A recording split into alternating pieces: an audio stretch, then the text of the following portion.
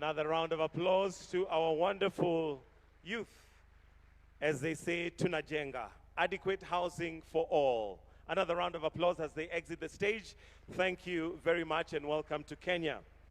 Your Excellency, sir, with your permission, allow me at this point to invite the Principal Secretary for the State Department of Housing, Mr. Charles Mwaura Hinga, to come and run this session. I'd encourage us to welcome him with a warm clap.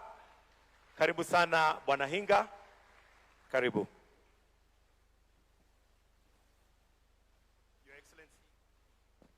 Your Excellency, the President of the Republic of Kenya, honorable ministers and all dignitaries here present, welcome to Nairobi. Your Excellency, we gather here today at a time when this country is experiencing a transformation of a lifetime. We have ministers that have come here today and are eager to hear and to listen, because the issue of urbanization is in everyone's lips. Almost every government out there, they are looking for votes. They have the issue of housing as one of the manifesto issues. We have synonymous issues, Your Excellency. Number one, we are all urbanizing very fast. Number two, Africa has a very high youthful population. Our economies are not creating jobs fast enough. Our urban areas are characterized by very expensive land. And we have very high levels of informality.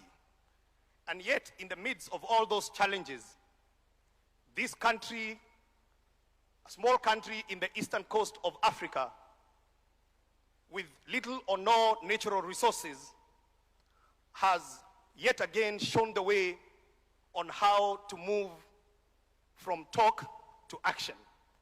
Your Excellency, this is the most important segment, and everybody is eager to know how did you do it.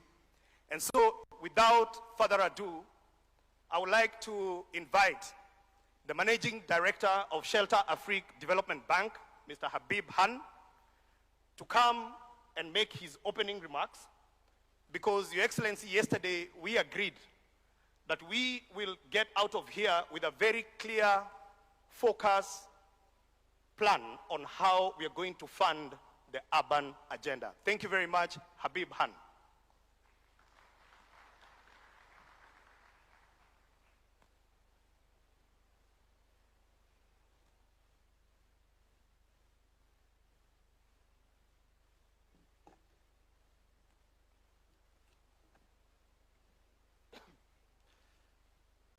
Your Excellency, President William Samuel Ruto, distinguished ministers, principal secretaries, ambassadors, heads of delegations.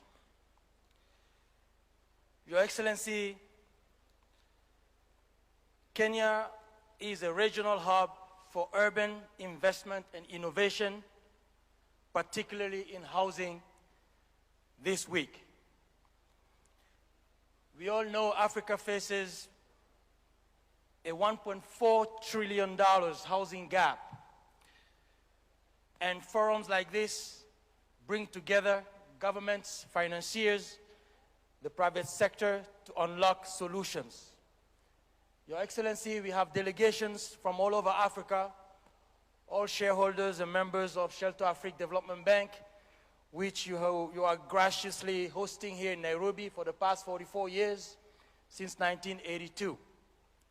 So it's a privilege to be standing here this morning, Your Excellency, to welcome all our delegates from all over Africa in the middle of this African Urban Forum.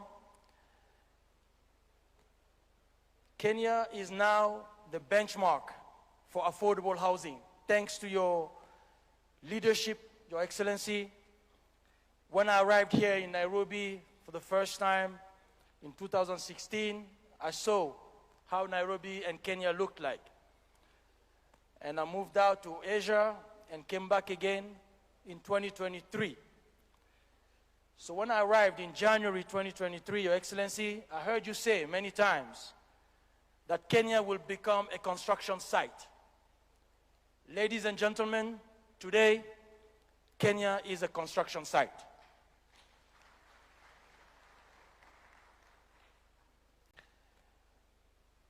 I've been to many places across the country, Your Excellency. I've been to Nanyuki, to Mukuru here in Nairobi.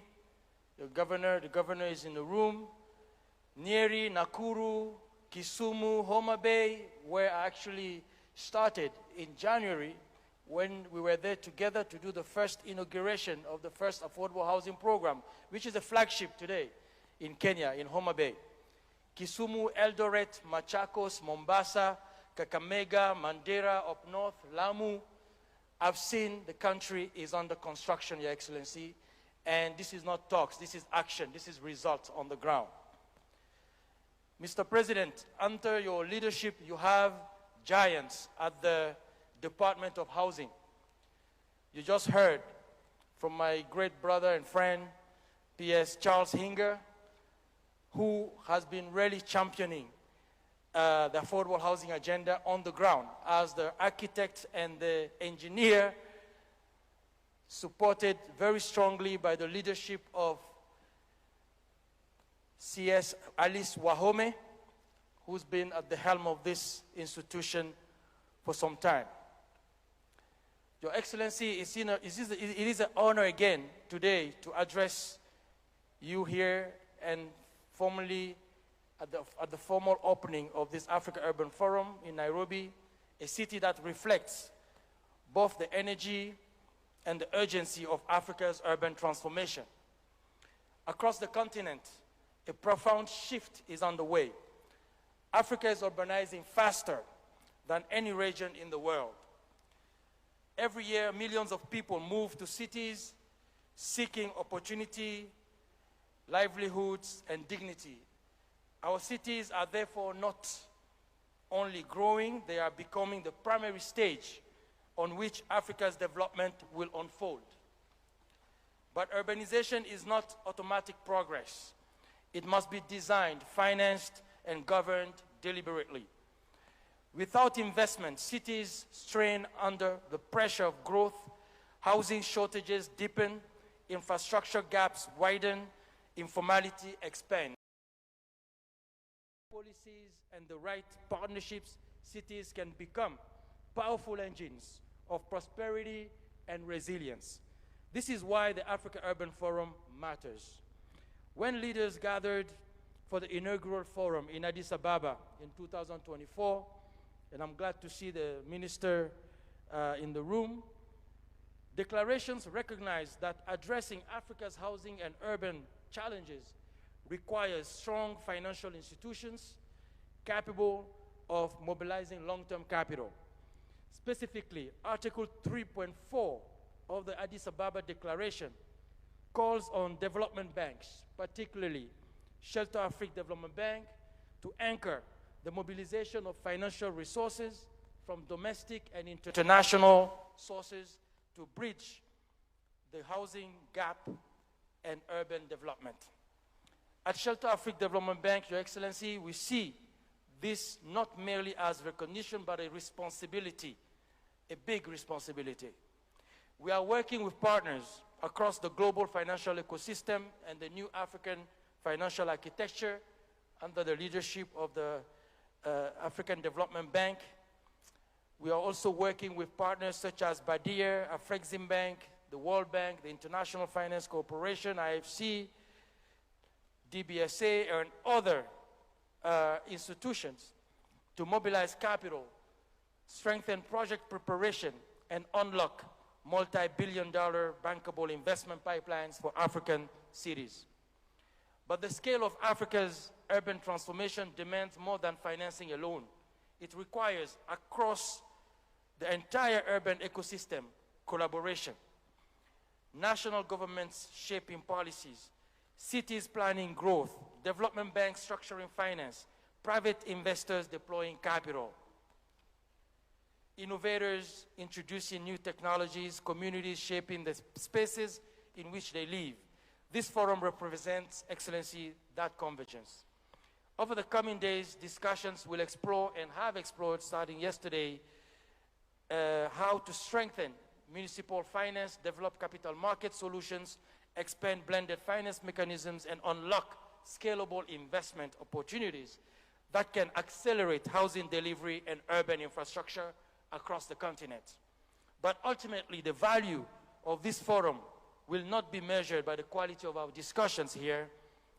It will be measured by the partnerships we build and the investments we mobilize. Because Africa's urban future will not be written in declarations alone.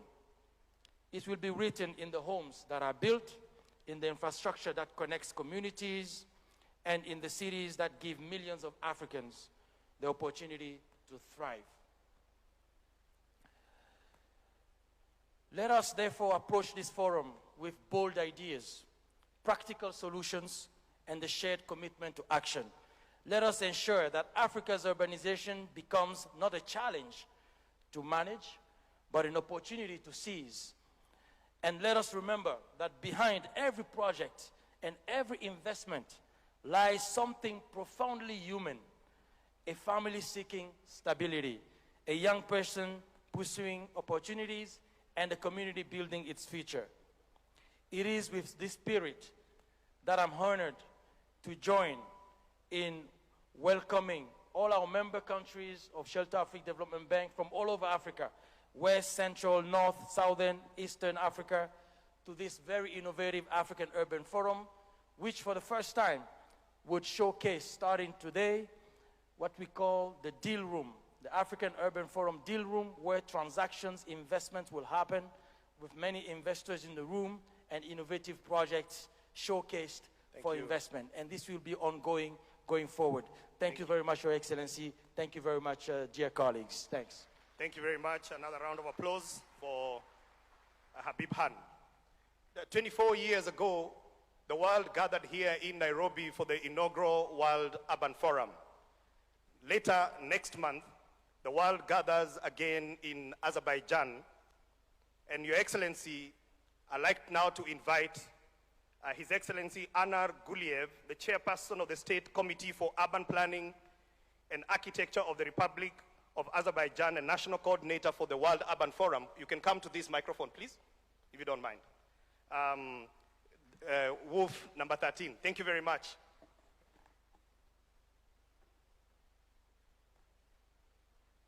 Thank you very much. Excellency Dr. William Samuel Ruto, President of the Republic of Kenya, Excellency Mr. Moses Vilakati, Commissioner of the African Union, Honorable Ministers, Madam Ana Claudia Rosbach, Executive Director of UN Habitat, esteemed delegates, ladies and gentlemen. Let me start by expressing my sincere appreciation to His Excellency President Ruto, the Government of Kenya, as well as to the African Union and UN Habitat for the leadership in bringing together governments, development partners, and other stakeholders. The second African Urban Forum has been made possible by the vision and dedication of partners advocating the global urban agenda. Kenya is certainly one of the most prominent champions of sustainable city planning and development. It was here in Nairobi in 2002 that the very first World Urban Forum took place, laying the foundation for what has become the world's most important platform for urban dialogue. Kenya is home to UN Habitat, and this forum taking place in Nairobi builds on the country's tangible initiatives aimed at improving living conditions of citizens through large-scale housing and infrastructure development projects. I have had chance of seeing some of them. They are really impressive. We know from our own experience how valuable such forums are. Azerbaijan was the first country in our part of the world to organize National Urban Forum in 2022. Practical value of that forum has inspired continuity of the urban dialogue, turning it into a regional one, and ultimately driving our decisions to nominate Baku as the host of the 13th World Urban Forum. I'm truly thrilled to see excellent progress on the urban agenda in Africa. I would like to congratulate the African Union for its leadership. African Urban Forum, premiered in Ethiopia in 2024, has already positioned itself as an important and influential platform for advancing dialogue and cooperation on sustainable urban development across the continent. It demonstrates Africa's growing determination to shape the future of its cities. Statements by Excellency Ministers made yesterday are driven by strong ownership and resolve to produce tangible results through practical solutions. This is exactly what we want the outcomes of the World Urban Forum in Baku next month to be: practical and action-oriented. Speaking of synergy, the theme of the second Africa Urban Forum, adequate housing for all, advancing socio-economic and environmental transformation towards the realization of Agenda 2063, is naturally intertwined with the theme of the 13th World Urban Forum, housing the world, safe and resilient cities and communities. Housing is more than shelter. It is a foundation for stability, dignity, and economic opportunity.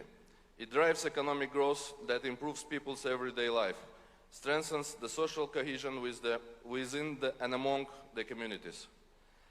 We live in a time of complex challenges. Across the world, cities are experiencing growing pressure from rapid urbanization, the expansion of informal settlements, limited access to adequate affordable housing, and the increasing impact of climate-related risks and other emergencies. Responding to these challenges requires more than technical solution. It calls for visionary urban planning, sustained investment, and people-centered policies. It also requires stronger partnership at the national, regional, and global levels. Having underlined prominent role of Kenya and African Union, I feel obliged to also emphasize steadfast role of UN Habitat. Being the host of the 13th session of World Urban Forum, my country is pleased to work with such a reliable and professional counterpart. So I suspect this is at least partially defined by the famous Nairobi spirit. Azerbaijan attaches great importance to the strengthening partnership with countries of the continent, with Africa Urban Forum being one of the important avenues of this cooperation. Our commitment to the housing and urban development agenda draws from our own experience. Following the liberation of its territories in 2020, under the strategic vision of leadership of His Excellency Ilham Aliyev, President of the Republic of Azerbaijan, our country launched the large-scale Great Return program in its Karabakh and East Zangezur regions. This is a comprehensive effort not just to rebuild cities and villages, but to bring the life back to what was a barren desert only 5 years ago. Most importantly, this is also a major contribution to lasting peace and regional partnership, including with Armenia. Successful post-conflict reconstruction is probably more important today than ever before. We believe our experience can contribute meaningfully to similar processes to house the world through safe and resilient cities and communities. The very key theme of WUF 13 I have mentioned earlier. The second Africa Urban Forum is the largest international event in the sector organized ahead of WUF 13 this year. In fact, timing could not be any better, as we will be welcoming the WUF 13 participants to Baku in a bit more than a month. We are encouraged by strong engagement of African stakeholders. About 40 African participants, government, civil society, and private sector have already registered for the Urban Expo, and about 50 ministers, deputy ministers, ambassadors, mayors, and local government representatives have confirmed their attendance, with total number of registered participants having already exceeded 16,000. Housing and urban resilience will be at the center of the forum's program through high-level dialogues, thematic discussions, and special sessions. The forum will feature more than 40 main sessions, over 350 partner-led events, and 35,000 square meter urban expo.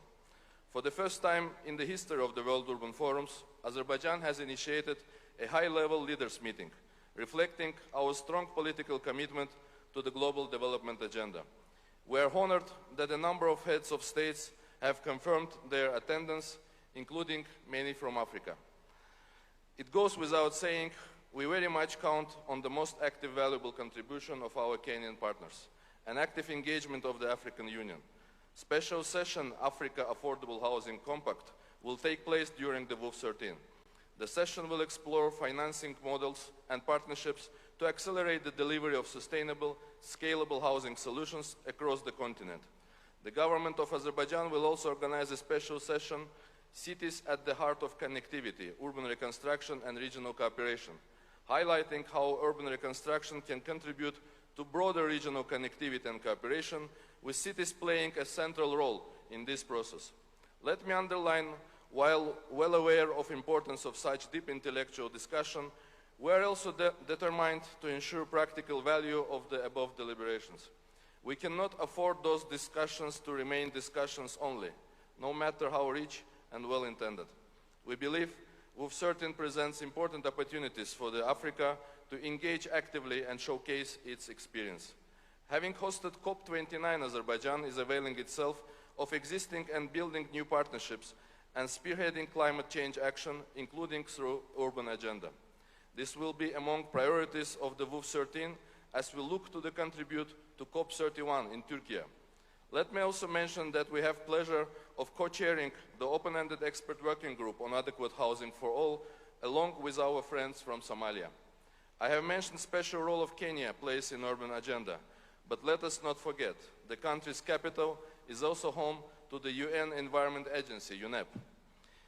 We are pleased to announce the launch of Baku Urban Award during WUF13, an initiative that will recognize transformative achievements in housing and urban development worldwide. We encourage cities, institutions, and organizations from across this continent to consider this an opportunity to showcase your innovative solutions. Urbanization is one of the defining transformations of our century. The discussions taking place here in Nairobi extend beyond this hall. They are of great importance for discussions in Baku. Those discussions, in their turn, will shape direction of the global urban agenda for years ahead. As we all know, the battle for SDGs will be won or lost in the cities. Losing is not an option. However, we can win only together. Let us join our efforts. I invite each and every one of you to join us next month at WUF13. The strong presence and active contributions of African states, local governments and communities will elevate the discussions and strengthen the outcomes. I wish the Second African Urban Forum every success and productive deliberation. I extend my sincere wishes for continued prosperity, well-being and resilience to the people of Kenya, thanking them for their hospitality, and to all the nations of Africa. I look forward to welcoming you in Baku. Asante sana, thank you for your attention.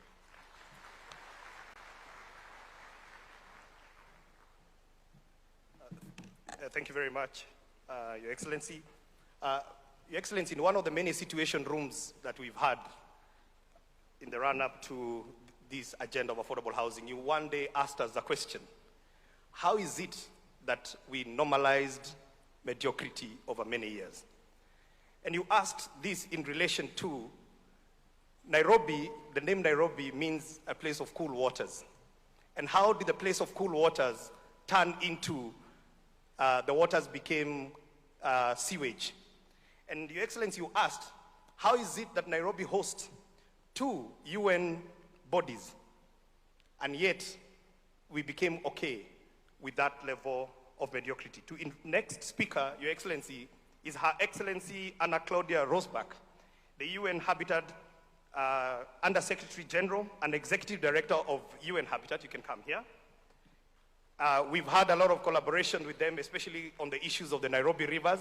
They sit in our advisory committee, and Your Excellency, we are fixing the rivers. Thank you. Thank you.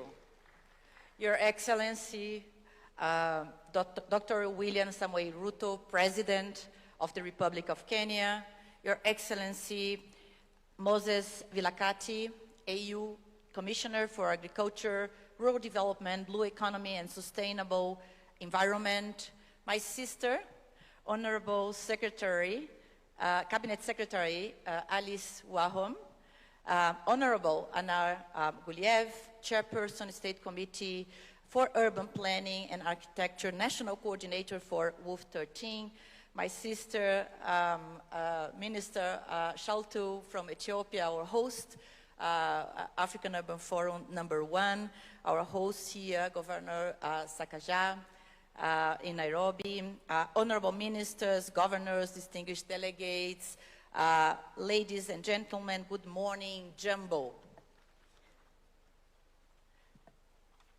It's an honor to join you here in Nairobi for the 2nd African Urban Forum At a moment when Africa's urban future and transformation is not just a continental priority, but it is a global one.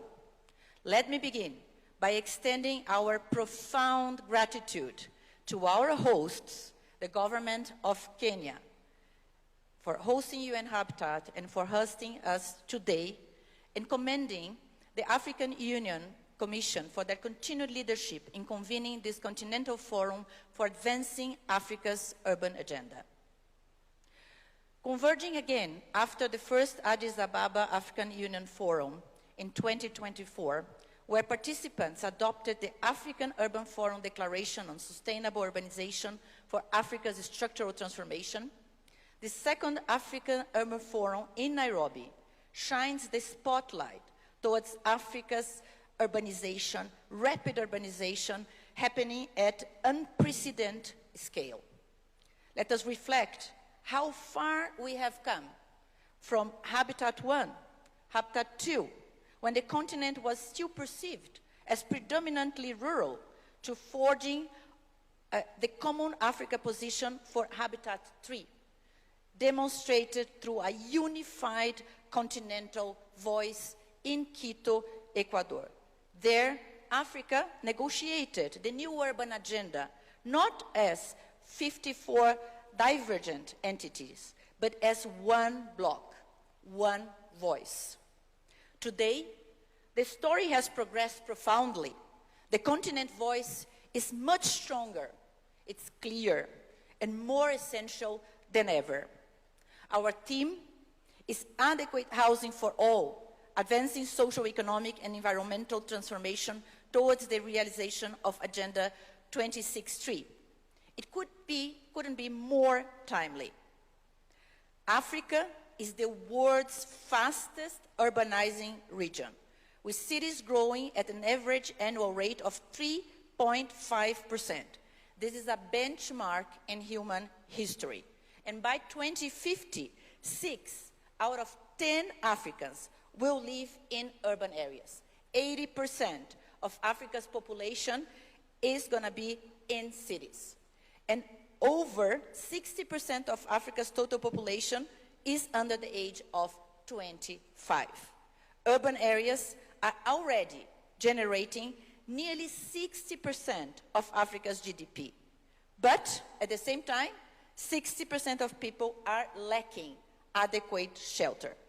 So this is not merely a demographic shift or a shelter issue, but it is a systemic crisis rooted in the limited access to land, commodification of housing, compounded threats from impacts of climate change, instability, and urban vulnerabilities. You mentioned a few: poverty and inequality at the bottom line. Across Africa, this growth is not uniform. While rural to urban migration is a factor, much of Africa's urban growth is now gradually coming from within cities themselves. We are witnessing the shift in growth. It's occurring primarily in the secondary and intermediary cities. The rapid urbanization process in Africa, while challenging, also offers powerful opportunities to expand access to decent, affordable housing, service land, and basic services, thus accelerating economic growth and strengthening social cohesion.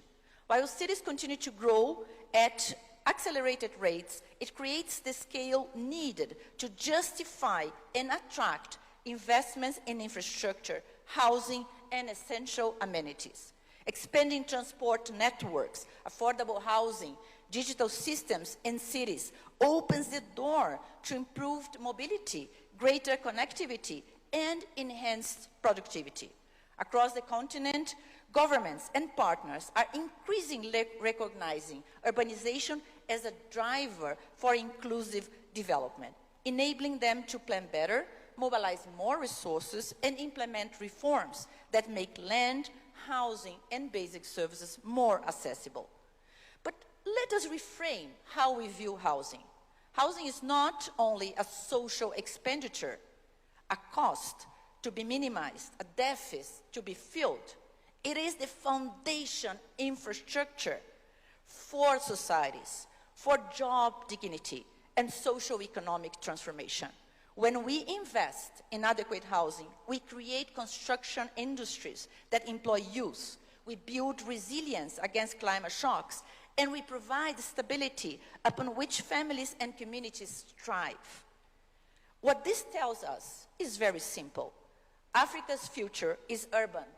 Housing is at the front line of climate adaptation, but opportunities of that urban future should continuously be unlocked. We need to position urbanization and housing development among the highest priorities in our nations and continent. And I'm happy to note that our collaboration with the African Union has resulted in that. Together with UNECA and the African Union Commission, we came up with the harmonized implementation framework for the new urban agenda in Africa. This is a very strategic document that supports member states in the implementation of our global priorities in the continent. I would like to commend the work of the AU, especially the work of the Specialized Technical Committee on Public Service, Local Government, Urban Development, and Decentralization, chaired by my other sister, Honorable Justice, the Minister of Uganda. This committee plays a critical role, and through this committee, we have the African Urban Forum platform to be held every second year just before the World Urban Forum. The work and the service of the committee is commendable, and UN Habitat will always stand with the Commission in advancing the Africa Agenda for the Vision 2063, the Africa we want. At UN Habitat, our response is clear. Across Africa, UN Habitat is supporting over 40 countries with national urban policies, housing strategies, and planning systems. We are focusing on 3 core priorities: ending the global housing crisis, supporting climate resilient and inclusive cities, strengthening urban governance and finance systems. Globally, this year, 2026 marks a pivotal period for UN Habitat, 10 years after the new urban agenda approved in Quito, Ecuador. It's important that we together evaluate what are the gaps and chart the course for the remaining decade of the new urban agenda. This is also the year where we are looking in depth to what happened to SDG 11, especially SDG 11.1, featuring housing and informal settlements. And unfortunately, we are already seeing that the world is not on track to meet the 2030 agenda. To continuously support the member states in addressing the global housing crisis, the open-ended working group on housing, which was established in June 23 as a global platform to advance policy guidance, develop practical recommendations, and support countries in integrating housing systems, has over the last 1 year delivered concrete progress. Thank you, Kenya. Thank you, the government of France. We looked at social housing, informal settlements, finance, and land. Looking ahead for 2026, under the chairmanship of Somalia and Azerbaijan, we are going to look at land, integrated housing policies, and climate resilience. As embedded in our strategic plan for 26-29, I call on our partners to embrace 3 priorities. First, let us put housing and transformation of informal settlements at the center of development agendas. Second, let's strengthen our institutions and systems for transformative change. And third, let's learn from within Africa. Allow me to recognize Kenya's leadership role on the global housing stage, primarily through 2 complementary positions: as a co-chair of the open-ended working group on housing and as a global champion of the call for action on adequate housing for all. Together in 25 countries through the high-level roundtable on the sidelines of the United Nations General Assembly in New York last year, leading from the front, His Excellency President Ruto advanced a proposal for a coalition of global housing champions, a political platform for heads of states to advocate for inclusive housing policy and mobilize finance. His Excellency, Mr. President, I extend my warmest gratitude for the visible progress in urban transformation and the support you give to our mandate at UN Habitat. The outcomes of this second African Urban Forum will be directly connected to the World Urban Forum 13 to be hosted by our excellent, great partners, Azerbaijan, now in May in Baku, as it was shared. We expect Africa to be strongly there to showcase your leadership, to represent your solutions, and to influence global investments. Excellencies, this is not only a gathering. The Urban Housing Forum matters.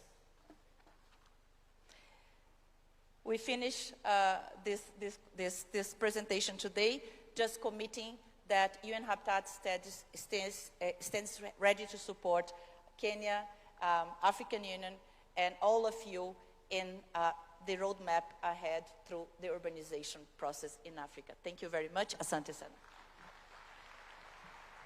Thank you very much, Edie. Your Excellency, this event is co-hosted by UN Habitat, Africa Union, and the Government of Kenya. Allow me now to invite His Excellency Moses Vilakati, the AU Commissioner for Agriculture, Rural Development, and Blue Economy, to come and make his brief remarks.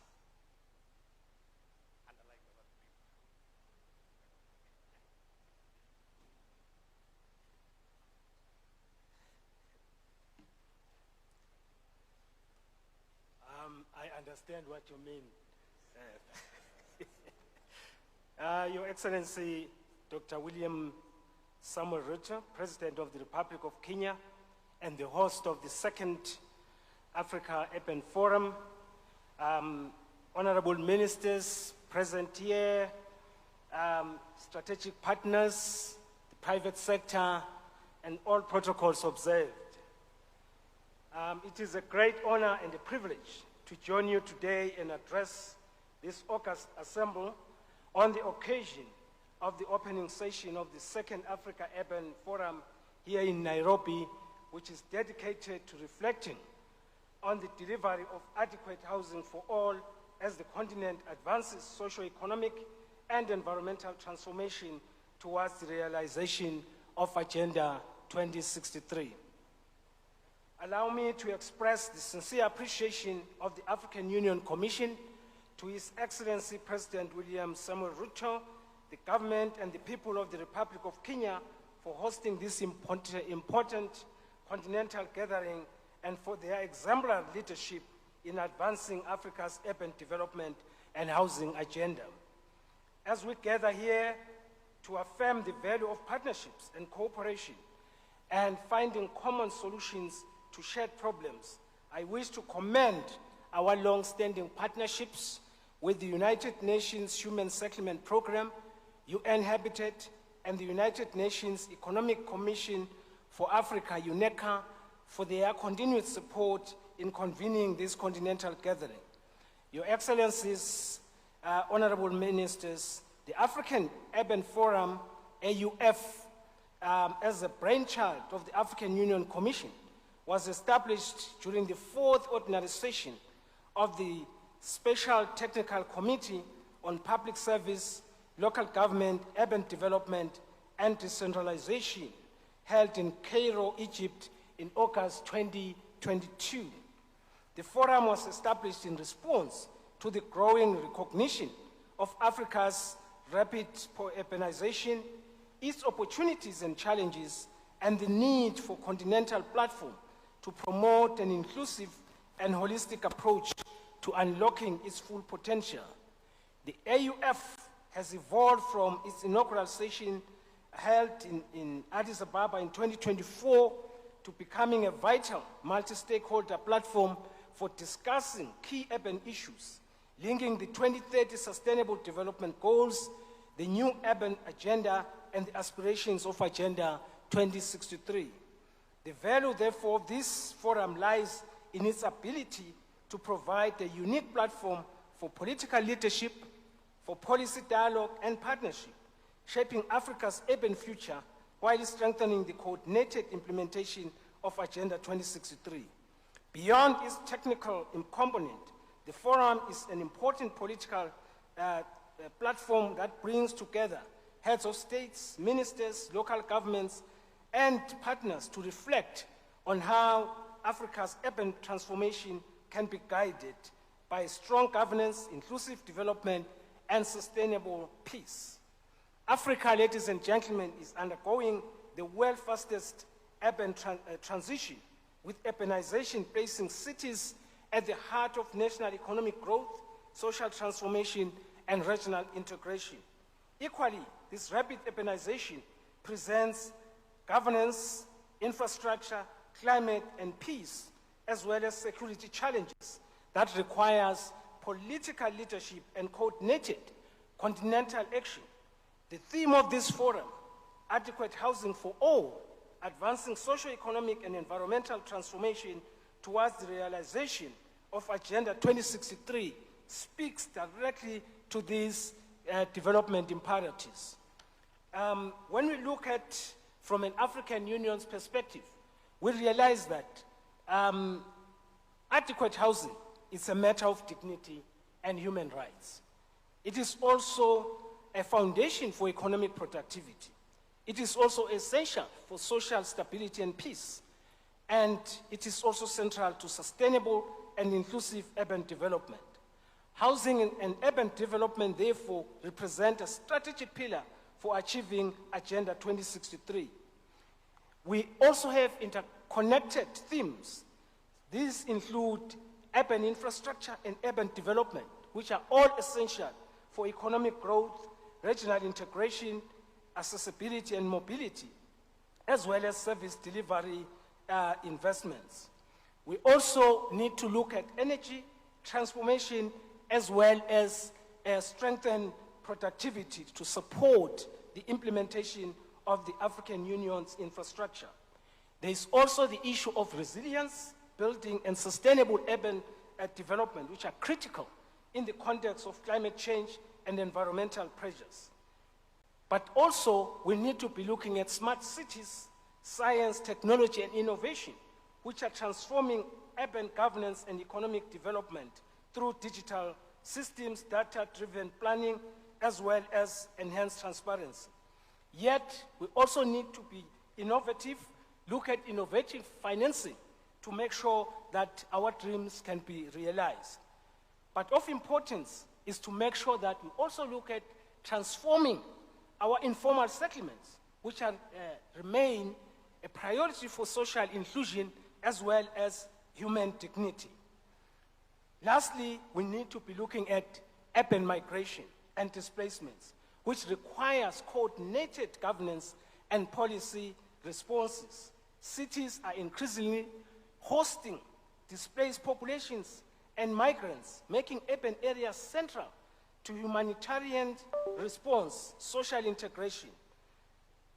These priorities are closely linked to our broader thinking as the African Union's work program on decentralization, local governance, and urban development. The theme for this forum, therefore, aligns strongly with the African theme of the year 2026 on water and sanitation, which recognizes water as a strategic resource for human security, for public health, as well as for sustainable development. It is our collective responsibility, therefore, to take stock of the progress that has been made by the African Union regional economic communities, our national governments and local communities in implementing the commitments which were adopted during the inaugural inaugural African Urban Forum in 2024. We must now accelerate our efforts to translate these commitments into concrete actions. So I look forward to this meeting coming up with concrete actions so that we can do the same in about 2 years' time. But one thing that I would like to emphasize, Your Excellency, is that working hand in hand with our strategic partners, we have established the Aqinile Partnership.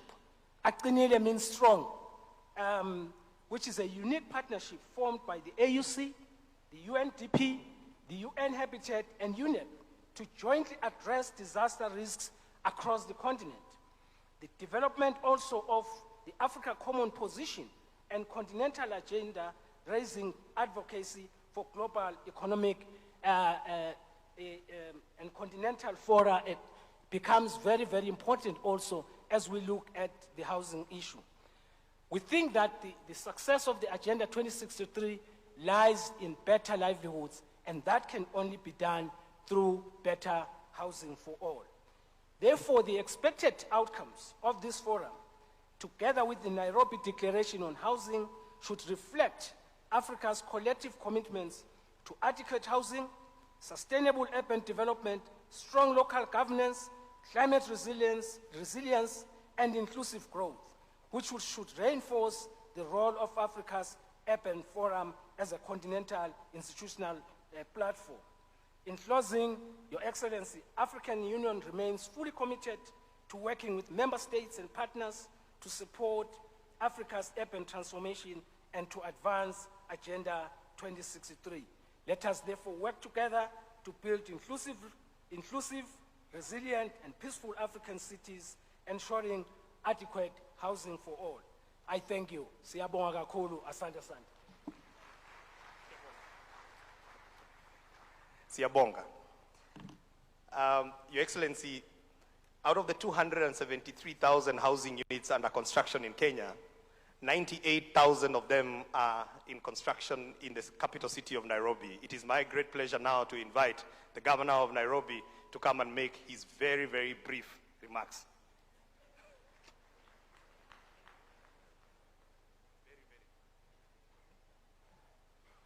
Your Excellency, President William Ruto, the President and Commander-in-Chief of the Defense Forces of Kenya, Waziri Alice, AU Commissioner Moses Vilakati, ministers from across the continent. We're told we have more than 40, and we're really privileged as Nairobi to have you all here in our capital city. Anna Claudia Rosbach, my friend, and a big friend of Nairobi, whom we really appreciate. The chair of the State Committee of Uzbekistan, members of the Diplomatic Corps, members of Parliament. We have the Committee of Housing that is present here, and they have done a great job. Everything that you see us talk about really needs great legislative grounding, and we really thank you for that. We've seen the members of Parliament from the Housing Committee, Mr. Anna Goulier, honorable delegates, my colleague Governor Anyang' Nyong'o, the Governor of Kisumu, which is Kenya's third city.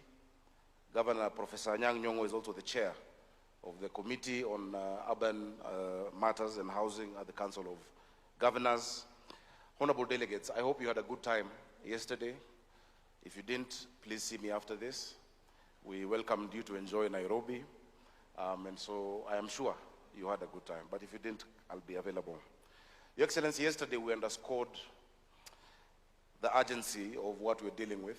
We spoke about the numbers. We saw the stark reality that we're faced with as a generation, the situations that we find ourselves in. We spoke about the fact that a lot of the challenges we're dealing with may not have been caused by ourselves. You know, we may not be the generation that polluted the rivers. We may not be the generation that caused informal settlements. But we agreed that the imperative ahead of us needs a certain kind of leadership. It needs bold leadership. It needs committed leadership. It needs proper planning, and it needs leaders who care.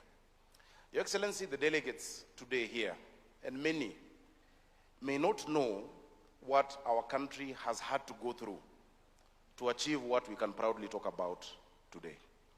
Ladies and gentlemen, one of the boldest, bravest leaders who will go down in history as having set the tone for the urban future of this country is President William Samoei Ruto. President William Ruto decided and committed and had promised that we must change this narrative in our urban spaces. He was vilified, his politics was threatened, there were demonstrations, there were almost riots. People said that that is the end of his career. But President William Ruto said that if you want to lead the orchestra, you must turn your back on the crowd, and you must do what needs to be done. President William Ruto, on behalf of the people of Nairobi, we thank you, because we are giving dignity to people. We're giving real dignity to families, to women, to children, hope, even increasing their self-esteem. I want to tell you something, that is the kind of leadership that we require from all of us in all our countries. If we have 40 out of the 54 African countries represented here, with that same level of tenacity and focus, we can actually change the tide. What President Ruto did, because people asked him, don't you have a house yourself? Why are you thinking about those who don't have a house? Previous administrations had attempted to do this. And when there was a little whiff of resistance, their tails went in between their legs and said, oh, let's leave it. You have a house. Let's take care of our other issues that are less politically, risky. But President Ruto did or expressed what has been defined by Leo Tolstoy, sometimes attributed to Fyodor Dostoevsky, that if you feel pain, it is because you're alive. But if you feel somebody else's pain, it is because you're a human being. That personal suffering only points to mere existence, but empathy is what defines humanity. Many of the actions you're going to take, many of the actions we're discussing are not for yourselves or for your families, but are for those who may not be in this room, who cannot make a case for themselves. So I want to encourage all of you that you're not in Nairobi in vain. What you're doing is the work of God, I will call it that, because you're giving hope, you're giving dignity, and you're changing the course of generations to come. Part of what our president is leading us in doing in this city, and I'm very proud to be the governor of Nairobi. For a long time, and the PS has said, and I'm being very brief, the PS has said, the work we're doing on our rivers is historic. This city was founded on those 3 rivers. When it was founded in 1901, a letter was written to the UK saying that this is just a swamp. It will always flood. We're on floodplains. In 1906, there was a big plague in this city because of the floods. Today, we are changing the narrative of the rivers, which became where the informal settlements are. When it floods, those who are affected most in Nairobi are the poor and the destitute in informal settlements. But we committed, the president has committed more than 50 billion Kenya shillings. One of the interventions we're doing in sanitation is a 54-kilometer trunk sewer on both sides of the Nairobi River. 1.8 meters by 1.8 meters. I am 1.83 meters, so you can imagine the span of that sewer. It is going to cover the sewer demand for this city for 50 years. Isn't that being a visionary leader? I think our president needs some applause for that. On top of that, of course, there's the 200,000 units of housing and much more. The associated infrastructure, the jobs that have come with it. We have hundreds and thousands of our young people who today can wake up with dignity and confidence that they're going to a construction site, whether it is engineers, architects, masons, plumbers, etc., you name it. So we are seeing this transformation. I would like to finish by challenging my friend Habib. Habib has spoken about the deal rooms many times, and I'm glad we have mayors here and city leaders. And yesterday I threw a brief challenge. I didn't go much into it because I was just to speak briefly. Mostly cities are called to make welcoming remarks, not to talk about the cracks of the matters. But these mayors and city leaders are the ones who grapple every day with the urban challenge on our continent. I think they deserve better recognition. And I've seen one of my predecessors, Mayor Joe Akech, when Nairobi had mayors back then. Let's appreciate him. We stand on the great work that many of you did many years ago, and we're building on it. And so, Bwana Habib, in those deal rooms, we're going to come into those deal rooms as cities. Because we know if we're not on the negotiating table, we're on the menu. And we have refused to be on the menu as cities and as subnational governments. We have bankable projects. Water and sewer provision in a city like Nairobi or Mombasa or Kisumu or Kampala is a bankable, investable project because people pay bills. Mass transit, because people must move from one place to another. We must sort out urban sprawl, is bankable. So it's not just for investors and the private sector, but also have a space for cities. So finally, delegates. I know I welcomed you yesterday, but today I want to give you an offer. Please take it and do 3 things. Number one, after your meetings, please find any hotel in Nairobi, any restaurant, any place of recreation. Go in there. You can order ugali, which is a Kenyan dish, nyama choma. You can order pizza if you want. You can order, githeri. Have as much as you want. As much as you want. If anybody asks you, say Sakaja sent you. The governor of Nairobi. So the first thing is you're welcome. Number two, find any restaurant and say, Governor Sakaja sent you. But number three, pay your bill yourself. Because there's nothing for free in Nairobi. May God bless you and enjoy this forum.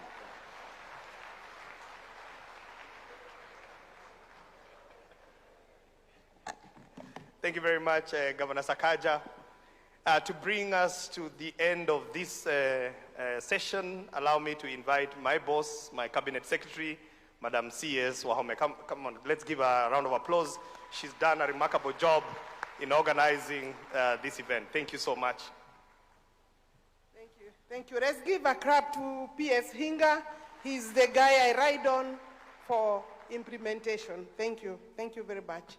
Your Excellency, the President of the Republic of Kenya, Dr. William Samoei Ruto, Your Excellency, AU Commissioner Moses Virakati, here on behalf of yourself and on behalf of the chairperson and the African Union, Your Excellency Anna Claudia Rosbach, ED of UN Habitat, together with Undersecretary General for the United Nations. Your Excellency, allow me to recognize in a special way also Anar Guriev for purposes of his chairmanship for the World Urban Forum. We've made a bit of some promises there. Your Excellency, may I also recognize my sister Chatu. You know, I was sitting next to her, so I need to recognize her because AU, the Africa Urban Forum, started in Ethiopia, and they laid a firm foundation led by the African Union. I have my sister here, Deborah, the one in charge, CS Deborah, one in charge of environment and forest. I have many colleagues in this sector, excellencies, ministers. We have ambassadors. We have distinguished participants. We have Shelter Afrique that is ahead of the park in terms of that space, in terms of policy, now operating as a bank. We have, Your Excellency, ambassadors and high commissioners. I will leave it there, but I want to welcome Your Excellency. Help me to welcome His Excellency this morning to this opening session. His Excellency, Dr. William Ruto, is here to give us the opening keynote address. And that will be at a later date, at a later session. Your Excellency, the room is full.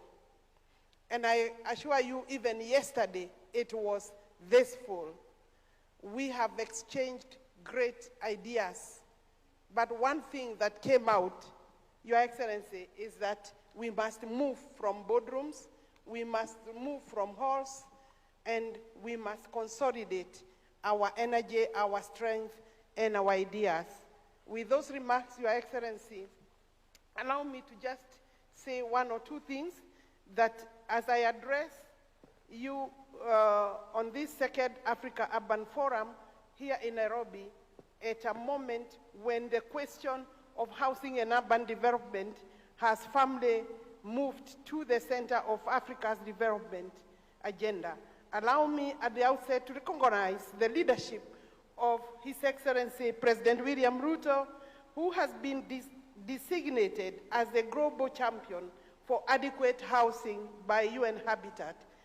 recognition that reflects not only Kenya's national commitment, but our own shared conviction that housing must be elevated at a global and continental priority. Your Excellency, across Africa, rapid urbanization is no longer a future prospect. It is our present reality.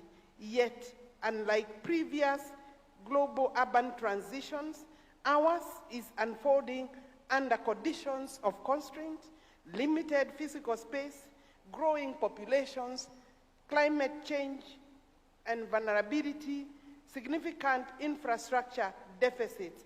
The list is long. This presents us with a dual reality. On the one hand, our cities are engines of growth, innovation, and youth employment.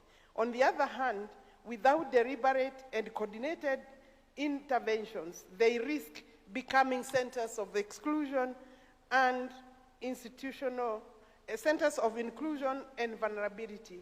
It is within that context, Your Excellencies, that Kenya has made a deliberate and strategic policy choice to place housing as one of our priority areas in our national development agenda under the leadership of His Excellency. We have recognized that housing is not simply a sector. It is a system that connects land, infrastructure, finance, labor, and markets. A system that, when structured effectively, unlocks an economic activity across multiple value chains, going from construction, manufacturing, and also service delivery. The local enterprise, therefore, becomes a beneficiary, and such a system, when scaled up, is able to deliver both social outcomes and economic transformation. Excellencies, our approach to provision of adequate housing in Kenya is anchored on three key pillars.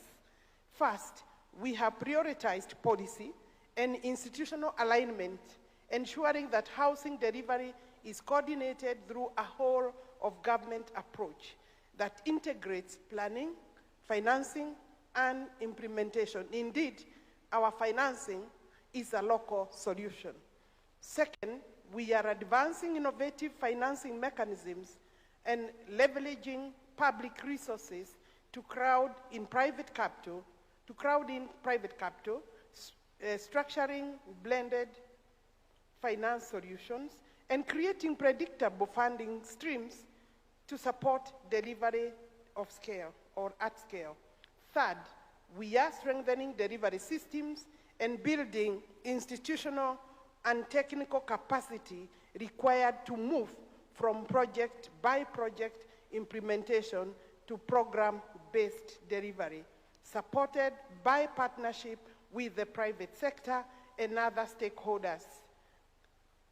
Through this approach, we are not only delivering housing units, the figure now stands at close to 300,000, but are also building an ecosystem that supports job creation for our youth, strengthens local industries, and expands access to dignified living conditions for our citizens. Excellencies, while we are encouraged by the progress we are making, we are equally clear that no country can address housing challenges in isolation.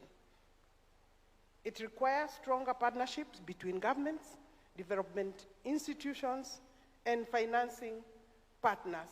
The private sector is a key player, and communities must not be left behind. As we therefore deliberate how to overcome these challenges, the next now 2 days, starting today, because yesterday is the first day, Kenya stands ready not only to share its experience, commitments, but also to learn from you, our brothers and sisters. We believe that solutions we are building together must be adaptable, scalable, and rooted in African realities. But my brothers and sisters, as countries, I want to tell you, for the success story for Kenya to reach where it has reached, it has taken the President of the Republic of Kenya to do the heavy lifting. And the heavy lifting is both social, economic, and political. We have had very strong support from the legislature, but the political class, for obvious reasons, unhealthy competition, has not been that supportive. And I mean the one outside the one government approach and the broad-based government. So, for you to go the road Kenya has gone, you need the highest political goodwill. And Your Excellency, Kenya is privileged to have you. The courage my governor in Nairobi has talked about is unparalleled. But that is something we can also share. His Excellency is not just a champion in Kenya. You have heard the platforms that he is leading, and we want to encourage you, Your Excellency, because this space is not new. It has been there, but the prominence it requires can only be given from the political platform that you stand, Your Excellency, with other member states, heads of states. And I'm therefore grateful as the Cabinet Secretary in this ministry to be able to host on your behalf, Your Excellency, the number of ministers, my colleagues who are here, and they have come, they came 2 days ahead. They have enjoyed part of Nairobi. They are yet to go to the rest of the spaces. Your Excellency, that gives us an insight to the interest in this discussion and discourse. And we therefore looking forward for another very good day today. Thank you for coming to the opening session. Your Excellency, we missed you yesterday, but we understand and appreciate making time. I will then ask Mike to help us with the next session, where Your Excellency will be possibly speaking from your heart. And I know, Your Excellency, this subject, and I'm lucky minister, because this subject, so my brothers, you can only maybe envy me, brothers and sisters, this subject has become a pet subject for the President of the Republic of Kenya. We can use him to propel the Africa continent with other heads of state as we move to World Urban Forum. Thank you very much.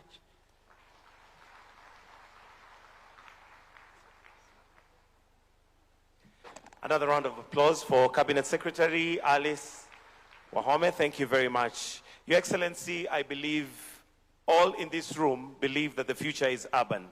And Kenya has already embarked on the journey for adequate housing. So let us now trail our eyes on the screen as we see snippets of this journey.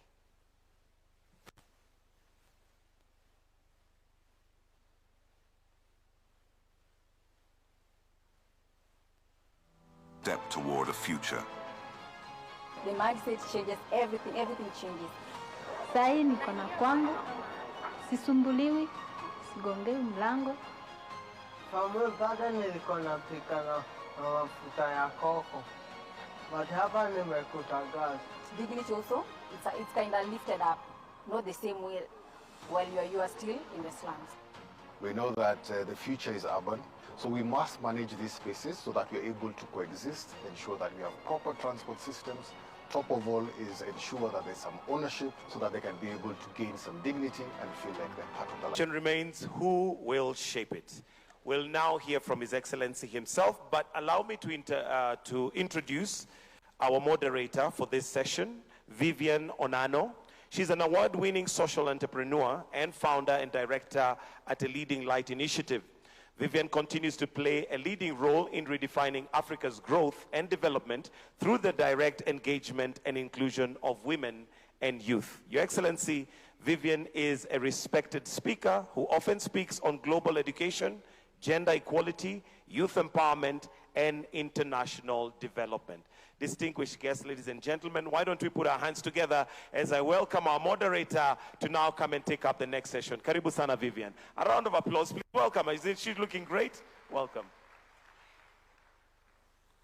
Thank you, Mr. Mike Gitonga, for the generous introduction. Your Excellencies, honorable ministers, distinguished guests, fellow youth leaders, ladies and gentlemen, good morning. Good morning. I need to feel the energy in the room.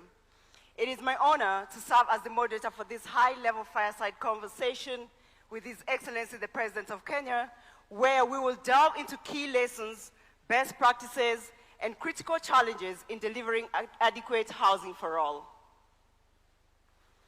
Africa is undergoing the fastest urbanization globally, with urban populations growing at over 3.5% annually. By 2050, our urban population will double, from approximately 700 million to over 1.4 to 1.5 billion people. Nearly 65% of Africans will live in cities. We are not simply urbanizing. We are building the future economic engine of this continent. And yet, today, over 56% of urban Africans live in informal settlements. Cities already generate more than 75% of national income, yet remain underfinanced and underplanned. This is not just a housing deficit. It is a systems challenge. Land, finance, governance, and ultimately, delivery. Closing Africa's infrastructure gap alone requires $130 to $170 billion annually, while global systems hold over $400 trillion in capital, highlighting a fundamental mismatch between need and capital allocation. Housing is one of the most powerful economic multipliers we have. Every dollar invested can generate up to $2.5 in economic activity, contribute up to 5.8% of GDP, and create up to 5 jobs per unit. So the question is simple. What will it take to deliver at scale? And who will take that responsibility? To respond to these critical questions, I would like to welcome to the stage a leader who has made affordable housing for all his national priority, has risked his political capital to ensure that it is not just an agenda on the manifesto, but a reality for millions of Kenyans. He is a powerful continental voice, and recently, last year at the United Nations General Assembly, he was recognized by the United Nations as a global champion for affordable housing for all. Ladies and gentlemen, please put your hands together for His Excellency, Dr. William Samoei Ruto, the President of the Republic of Kenya, as he comes to the stage.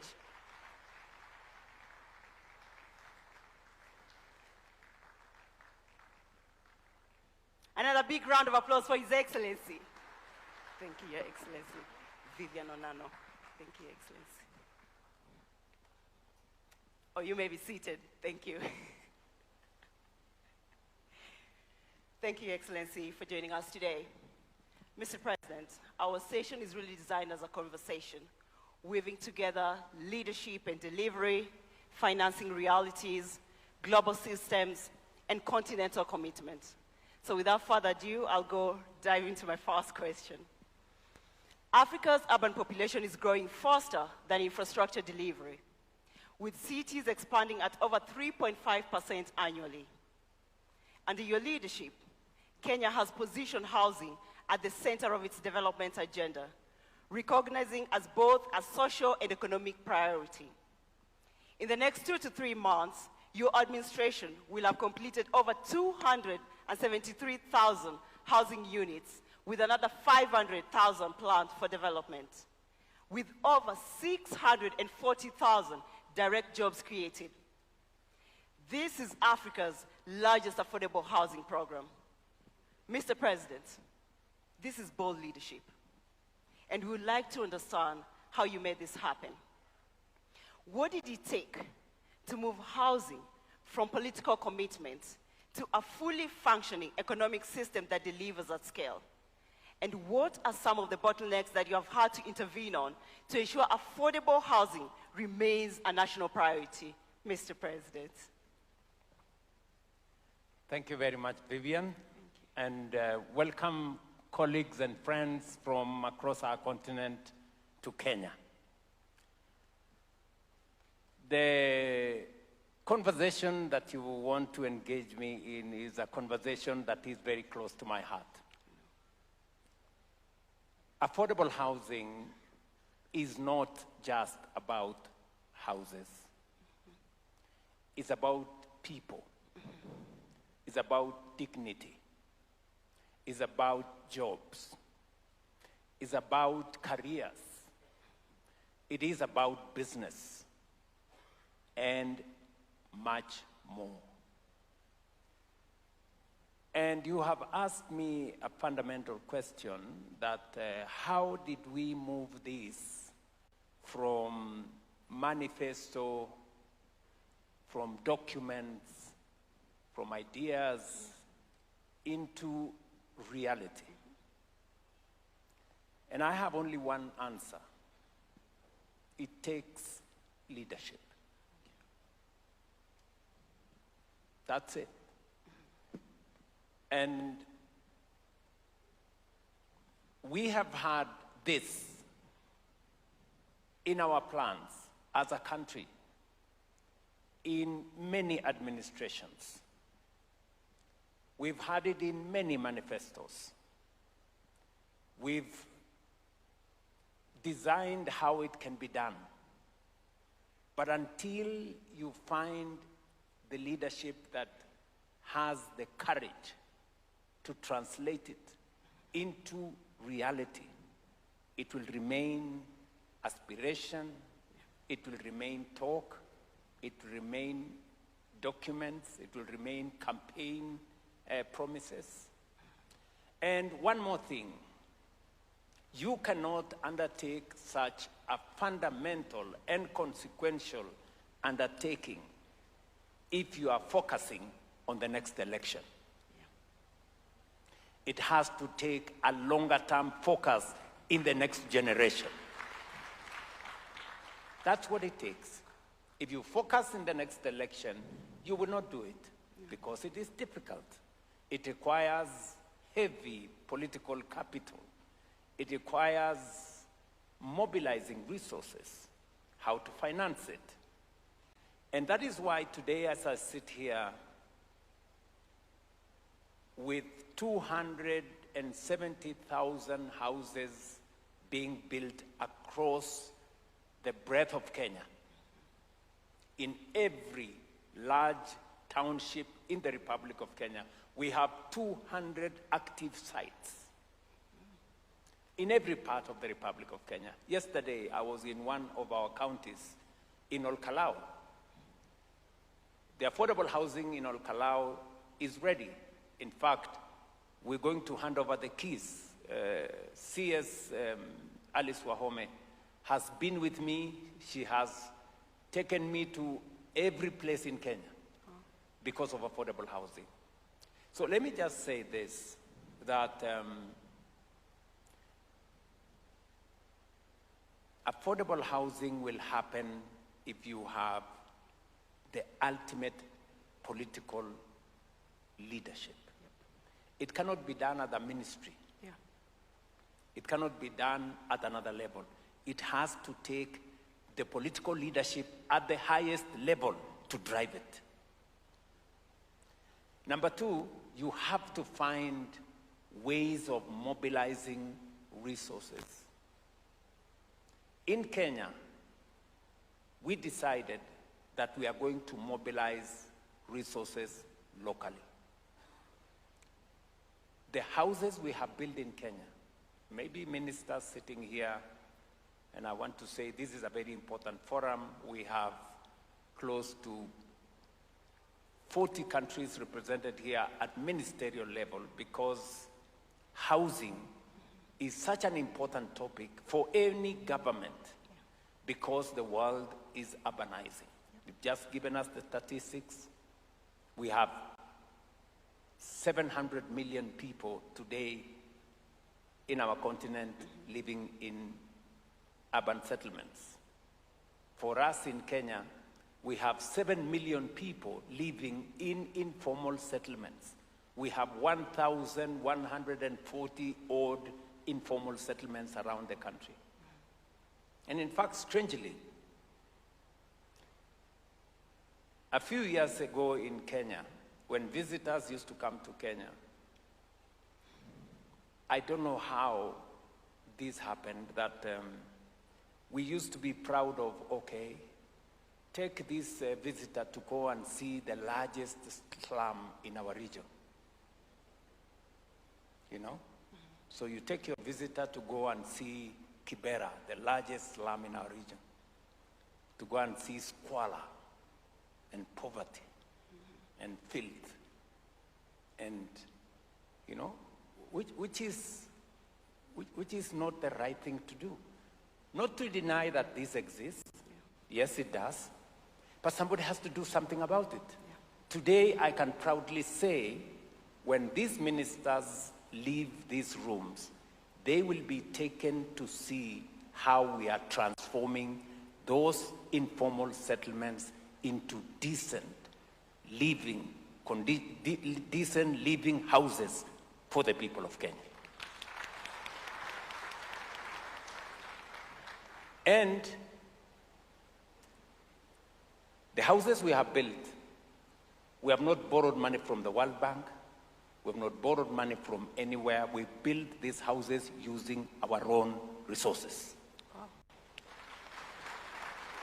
I bet you, today we have signed $4 billion of housing contracts. That is an equivalent of 650 billion Kenya shillings. If I were to look for $4 billion from wherever, it would take me maybe 10 years of going to this town and the other town and seeing this person and the other person and signing this paper and signing another one. So I decided that we are going to have a conversation with the people of Kenya. And difficult conversation, that we have a situation, we need to fix it. And as was described by the governor of Nairobi, it wasn't an easy conversation, because change has a price. Unfortunately, status quo has also a price. And always, the price of change is lower than the price of status quo, ultimately. So we had a conversation, difficult, and I must thank our policymakers. When I went to the people of Kenya, I promised that we were going to undertake housing. And we were going to undertake housing because of 4 reasons. I explained myself to the people of Kenya. The people of Kenya trusted me with their vote. When I came to office, I asked my team that we had been elected with, that now it's time to implement what we promised the people of Kenya.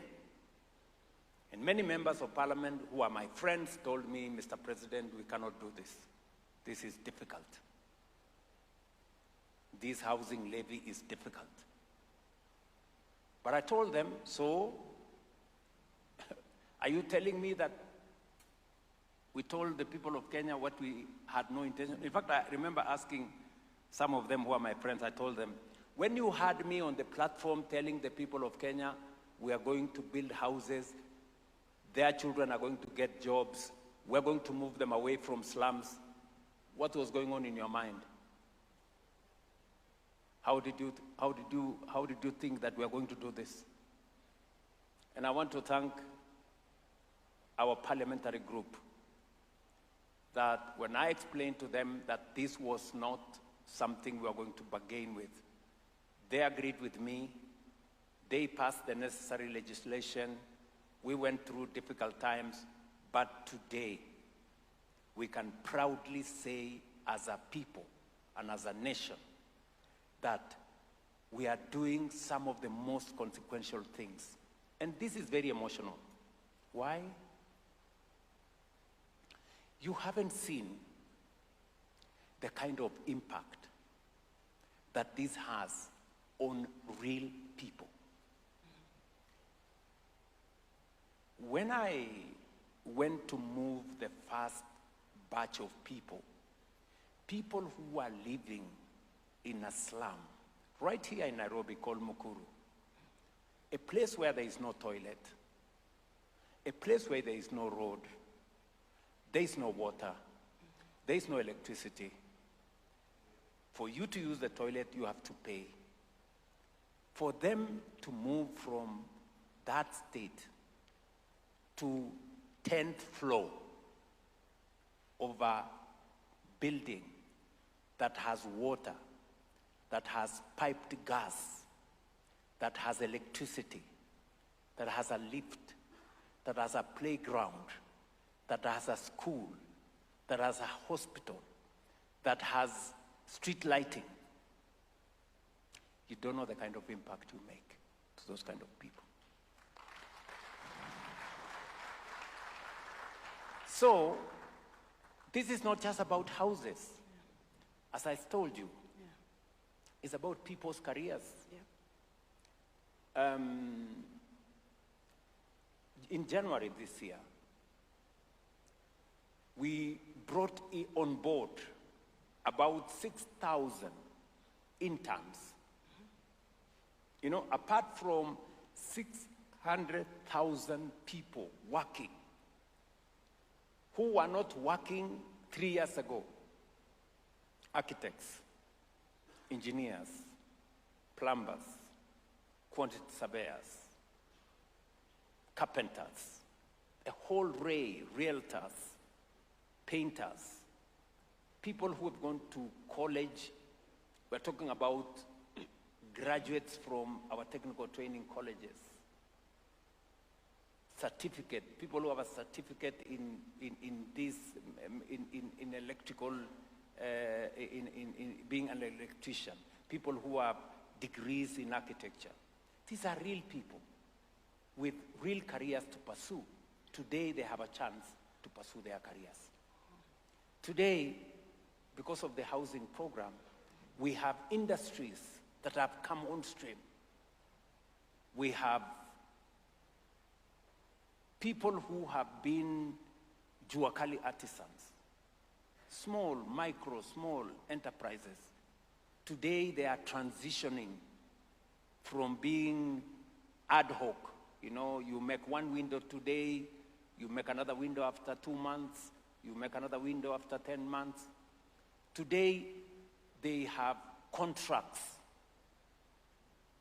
In fact, we ring-fenced close to 15 billion Kenya shillings for people who were informal. Today, we are formalizing their business. We've had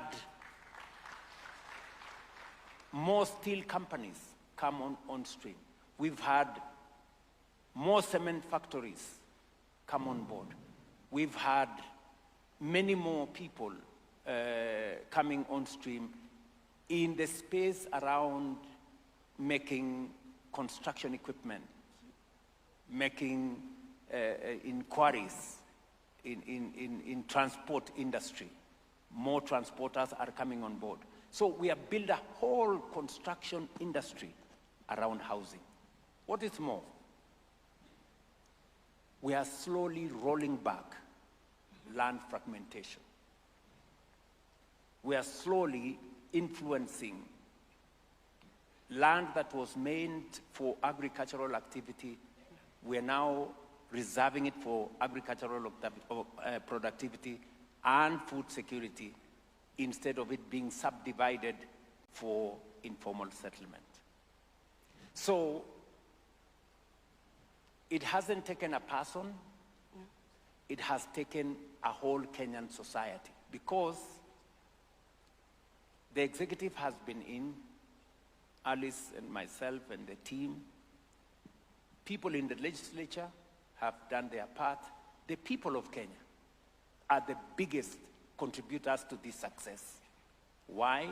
Because they put in their taxes. And we are making the change together. And that is why I am very proud to address this audience and to share our experience as a nation, which I believe is what other countries are doing. Maybe they are doing it differently, but we can share in this experience. Finally, you've asked me, what are the challenges? Yes. The challenges have been, the change. Changing a situation is not an easy thing. So we've had political pushback. We still have politicians who still think you can make populist, we are going to stop this housing because we are protecting the pay slips of people. Such pedestrian talk. How do you cannot see the 640,000 people working. You don't know what to do with them. I know many ministers here are wondering whether there are still people who are opposing this in Kenya. Yes, they are there, and they are not few. There are many. Many politicians still climb to podia to talk about how they want to stop this. How you want to stop such transformation is mind-boggling. Right? We still have courts. We've gone through difficult challenges in courts. People who go to court, or they want to stop this. In fact, many of them are asking me, who told you we need houses? Others are saying, why are you taking government land, building houses, and then giving it to individuals? The same people don't mind if the same government land, people invade, they settle, it becomes an informal settlement. They don't mind it. But they mind it if we use it and build affordable housing, make decent use of it. Then you ask yourself, those are the kind of challenges we have to deal with. They look mundane, they don't look very intelligent, but they are there. And we have to confront them every day. Sometimes they come from people who you think should know more, I remember telling one of my friends who was opposed to this housing, and I was asking them, my friend, in your house, you possibly have 3 or 4 toilets. One in your bedroom, one somewhere, another one somewhere. There are people who don't have a toilet. They have to pay to use a toilet. That is the conversation we're having. It is as basic as that. So if you don't see the value of a social house or an affordable house, there are people who desperately need it because at the very least, they need a toilet of their own. That's how basic it is. And finally, let me say this. It is about dignity. Yeah. Giving people dignity. It is about getting another group of people to own something. Today, in a social house, for as less as $30 a month, you become a homeowner. That would not happen under any other circumstance. It would not happen. If we left this to the private sector, the private sector builds for those who can afford, not those who need. Yeah. Government must think about the people who need the houses. And that is why policy becomes central to the delivery of housing. Sorry I've taken long. No, Mr. President, this is fantastic. Ladies and gentlemen, you've heard from His Excellency. This is bold, transformative, and courageous leadership in practice. Mr. President, thank you for bringing the human face to the affordable housing agenda. It's very important for us to see it's not just about housing, as you've said, but it's about dignity, and it's about the people. Mr. President, we have other leaders in the audience that would like to also bring into this conversation and hear from them. My first question I'd like to pose to Her Excellency Anna Claudia Rosbach, UN Under-Secretary General and Executive Director of UN Habitat. Madam Executive Director, when you talk about the future of Africa,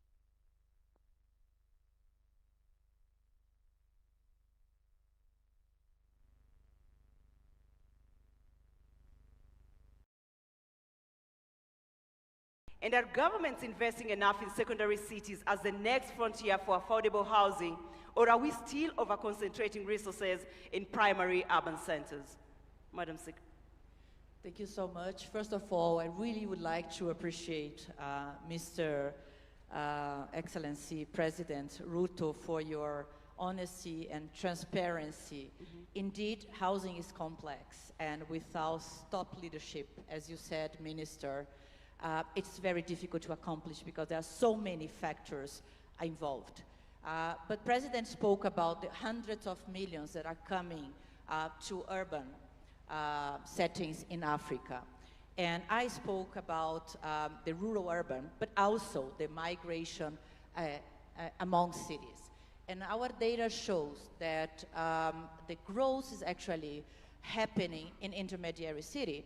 But if we look at metropolitan areas, the pressure is very, very, very high. At the front line, as you all mentioned, and as we are discussing at this forum, is housing. Because we cannot think about people coming to cities and not having housing. As the President said, the markets are limited. Right now in Africa, I would say 10% is the outreach of the market. Just because the incomes of the people are this low and the prices of the houses are this low. And somebody needs to fix that. So you putting public land into housing helps to cover the gap. You find the finance, and very well highlighted, the domestic finance, because this money is not out there available, is critical to cover this affordability gap. So the city planning, the role of the local authorities, of the mayors, of the governors is critical. Because if we don't line up these actions, the money, the regulations, you mentioned a law, you change the law that comes from the national level, the programs that comes and the planning that comes from the national level, if we don't line up with what's being done at the local level, if the governors, if the mayors, they don't plan for this growth, then it's going to be sustainable. So you need to build the houses, but you need to be conscious that where you build and how you build make a difference. And here I would like to call attention for the densification of the housing program, because indeed, we cannot continue urban sprawl. This is affecting food security, this is affecting our natural resources. So this is also, you mentioned, Mr. President, about a social pact that you did with the Society of Kenya, but this needs to be replicated at the local level. Because if you don't agree with the society, how the city is going to grow up and to the side, and for whom, then it's not feasible. Thank you. Thank you, Madam Executive Director, for reinforcing the importance of... Can you allow me just to backstop what she has said? It is very fundamental that governments at all levels are aligned. I must commend the leadership of Professor Nyang' Nyong'o in the Council of Governors, because it wasn't going to be possible for us to roll out this in a very short time if we didn't have the partnership of our county governments. Today, approvals for houses take the shortest time possible because we have standardized many things and we have agreed with the county governments that whether it is national government land or county government land, this is land that belongs to the people of Kenya. There are no national government people, there are no county government people, we only have the people of Kenya. And it has been of immense, assistance that we have aligned ourselves, underlined the program with our county governments. And secondly, on the issue of infrastructure, because part of what we put into legislation is that apart from building the houses, water, sewage, roads that make it possible for citizens to access this affordable housing is part of the development of the housing. So that's not just about houses, it's about how those houses are going to be livable. And finally, is densification. She said a very important thing. We started with ground plus 4. We went to ground plus 9. We realized that was not enough. We went to ground plus 24. We are now getting even higher because you cannot continue to have what she called sprawling cities because land is finite. You can only have so much land. But populations are increasing, you need more land to produce food, and less land for housing, so you need to go vertical. And I think that is what we have learned in the short time we were here.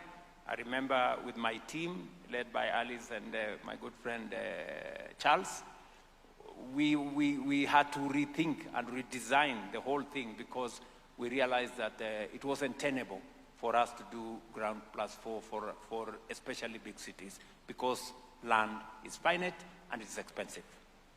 Thank you so much, Your Excellency. And now that you're talking about county governments, recently we witnessed the signing of a new partnership agreement between the national government and the Nairobi City County government.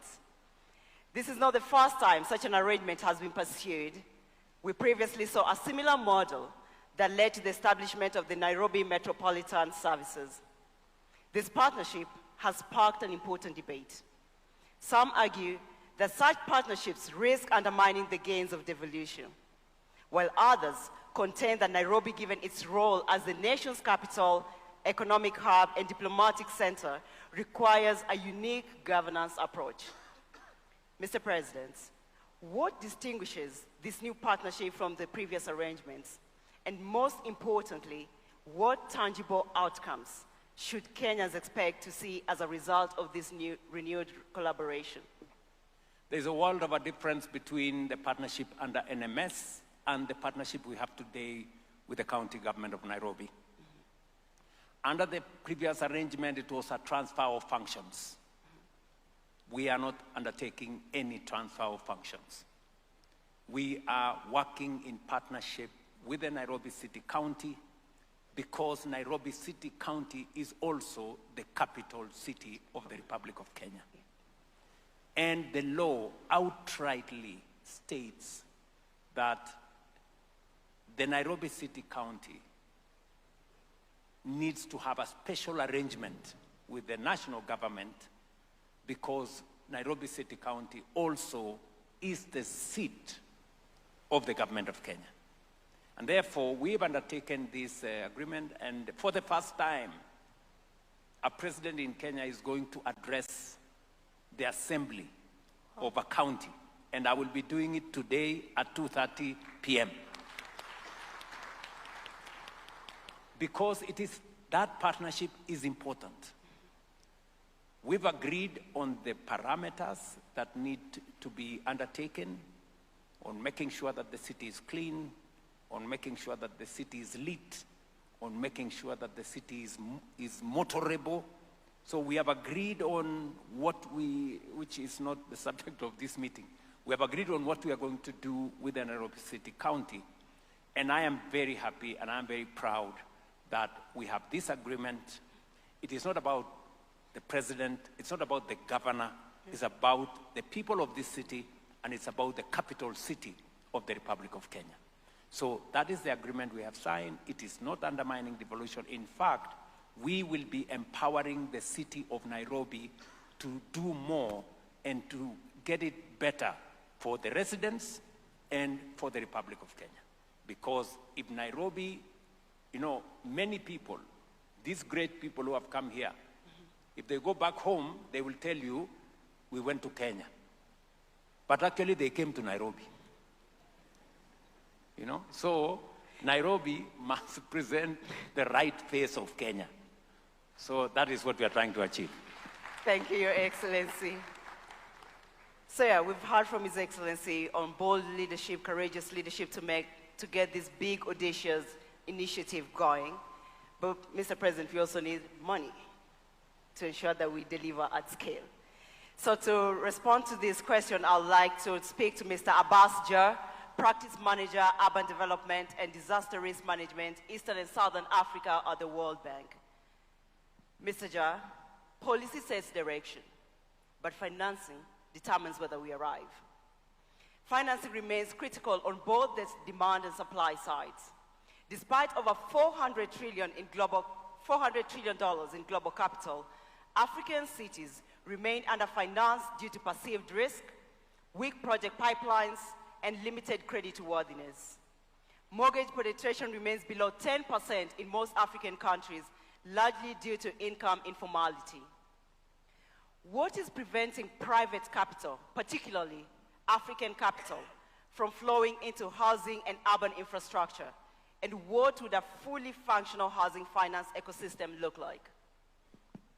Thank you, Vivian. I think one of the advantages of coming towards the end is that everything that needs to be said has already been said. So I can just pick on the points previous speakers made. I want to begin by really commending His Excellency President Ruto's leadership on housing. And what I really appreciate at a personal level is the way you link housing to jobs and dignity. I think one thing, the Cabinet Secretary made a very good point, which is that cities are not just where jobs are created, it's how jobs are created. And that is something that is really, really important. If you think about cities and towns, they are places where people connect with other people across space and time to create value. And once you start thinking of a city or a town like that, everything else falls in place. And housing is one of the parts of that puzzle. So let me just start with a couple of numbers that are so sobering that it makes you pause. So in the 3 days that we have the Africa Urban Forum, 120,000 Africans will have moved from rural areas to cities.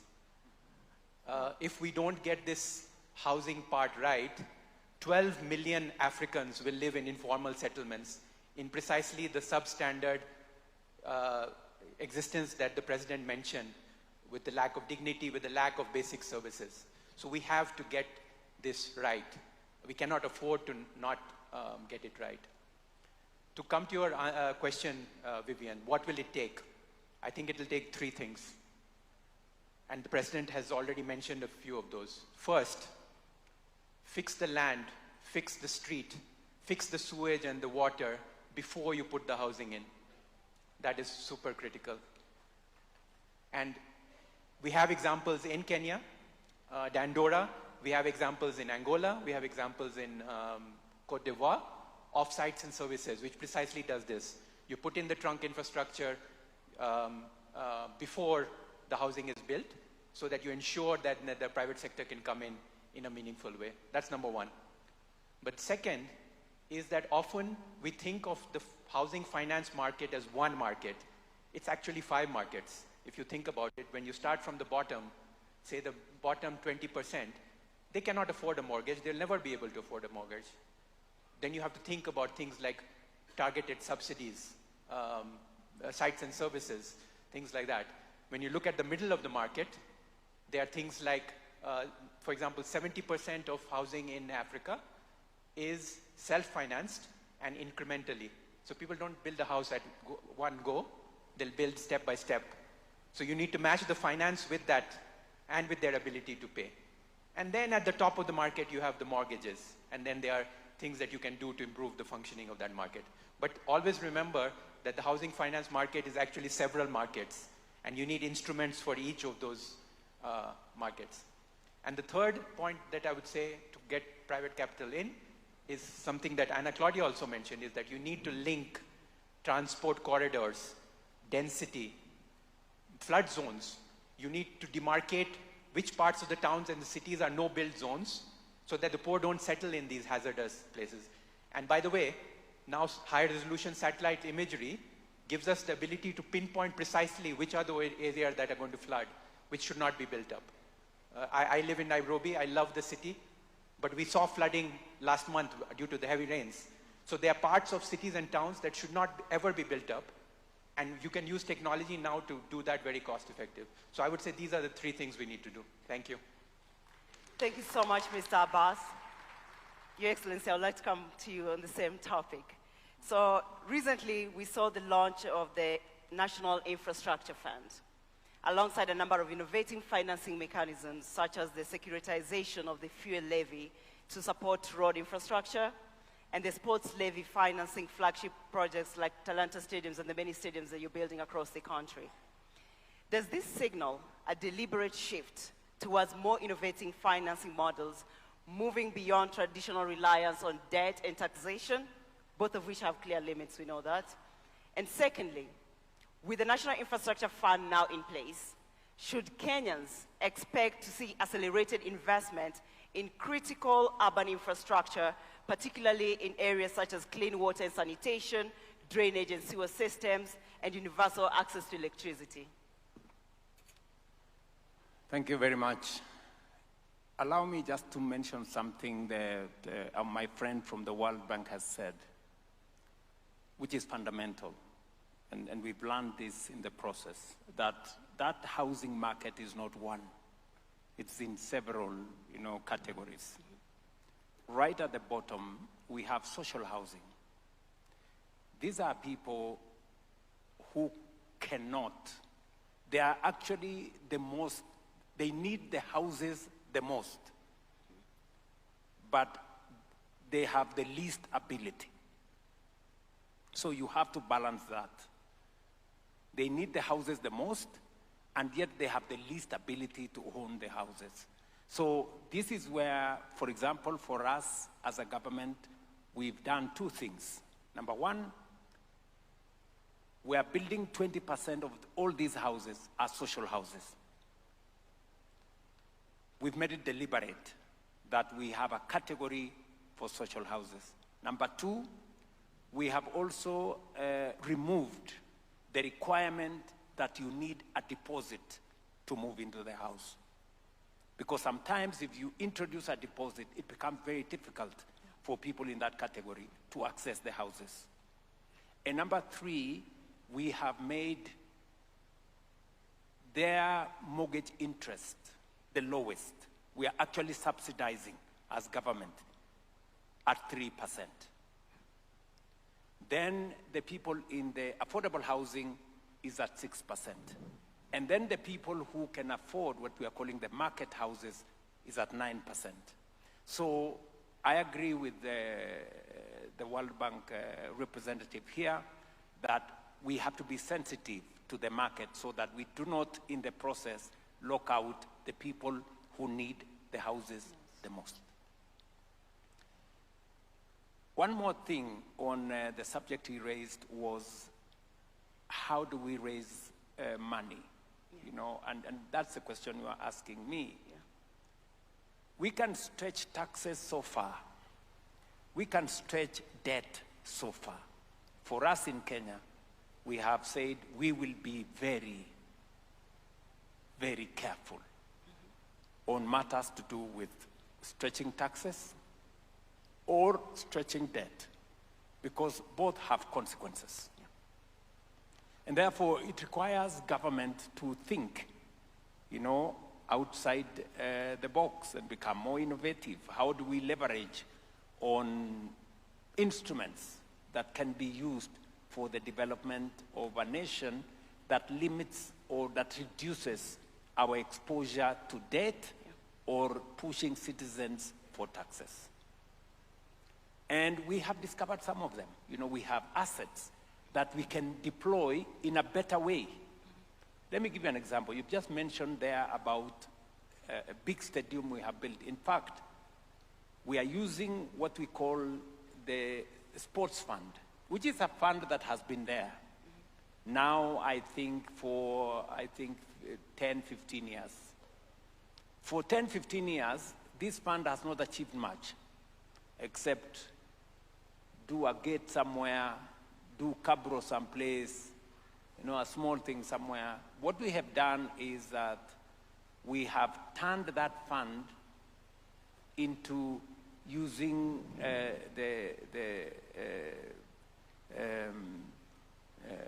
leveraging on the capital markets through securitization. That fund is now building for us the largest stadium in Nairobi, which is going to host AFCON next year, about $300 million. And another almost $200 million to build another 20 stadia across Kenya. Because sports, Kenya is a sporting nation. Yeah. So many people are asking me, but where has this money come from? Have you gone to borrow more money? What have you done?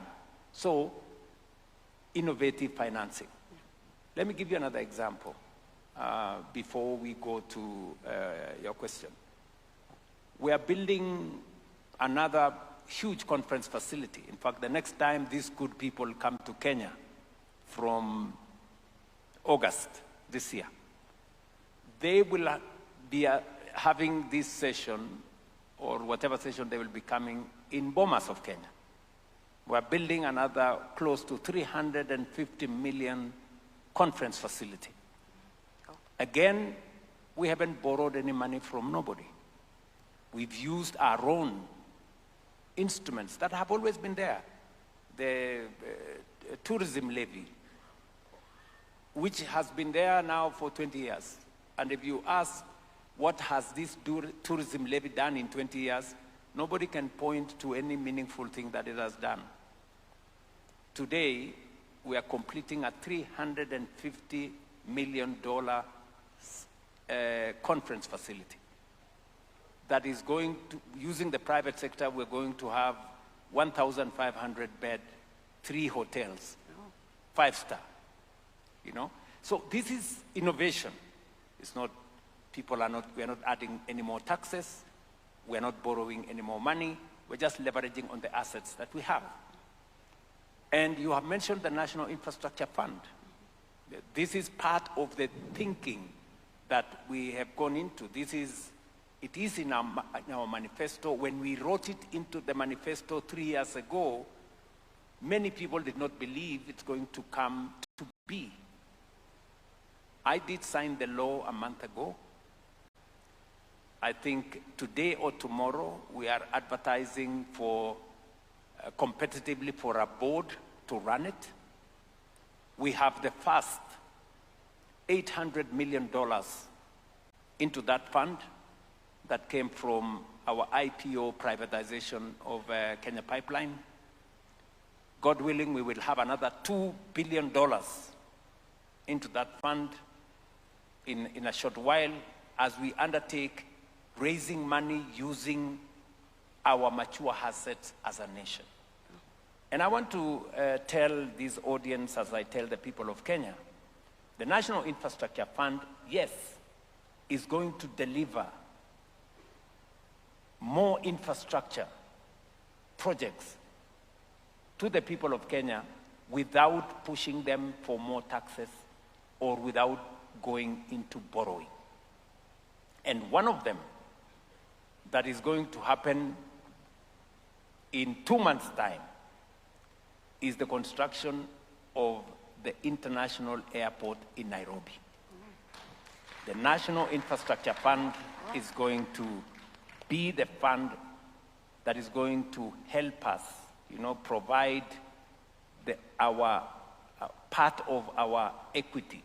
And we don't have to, it's going to be $151.5 billion facility, but we will be putting a fraction of it just to de-risk the process. And then the rest of the money, the private sector will come in through public-private partnership. We're going to work with the concessionaires, and we're going to build the airport using a small fraction of the National Infrastructure Fund. We already have 15 mega dams that are going to benefit from this fund. And I did make a commitment to the people of Kenya that any money that we raise from privatization, that we raise from mature assets of the nation, will be put in this fund. It will not be used to pay salary. It will not be used to pay debt.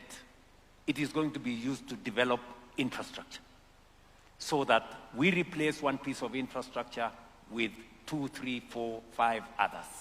That is how we intend to drive this into the future. Thank you so much. So, ladies and gentlemen, if you were still asking yourself, how is His Excellency the global champion for affordable housing for all, you've heard it from him. It's not just about the political will, it's not just about the bold leadership, but he also knows how to get the resources that's needed to make these ideas a reality. A big round of applause to His Excellency. No, just one more. And now I'll turn to His Excellency Moses Vilakati, African Union Commissioner for Agriculture, Rural Development, Blue Economy, and Sustainable Environment. Your Excellency, in your speech, you have emphasized that the Nairobi Declaration must move beyond aspirations to clear commitments and measurable actions. What specific accountability mechanisms will the African Union put in place to ensure that member states actually deliver on affordable housing targets, particularly for low-income and informal settlement populations? Your Excellency. This is a mammoth task, but it's doable. Thank you, Your Excellency, for this elaborate and eloquent presentation, because it shows that it is doable. Now, here, Your Excellency, there's going to be a declaration termed Nairobi Declaration. As the AUC, we are proud that we'll be part of that journey. And once that declaration is there, it is then taken to the Assembly.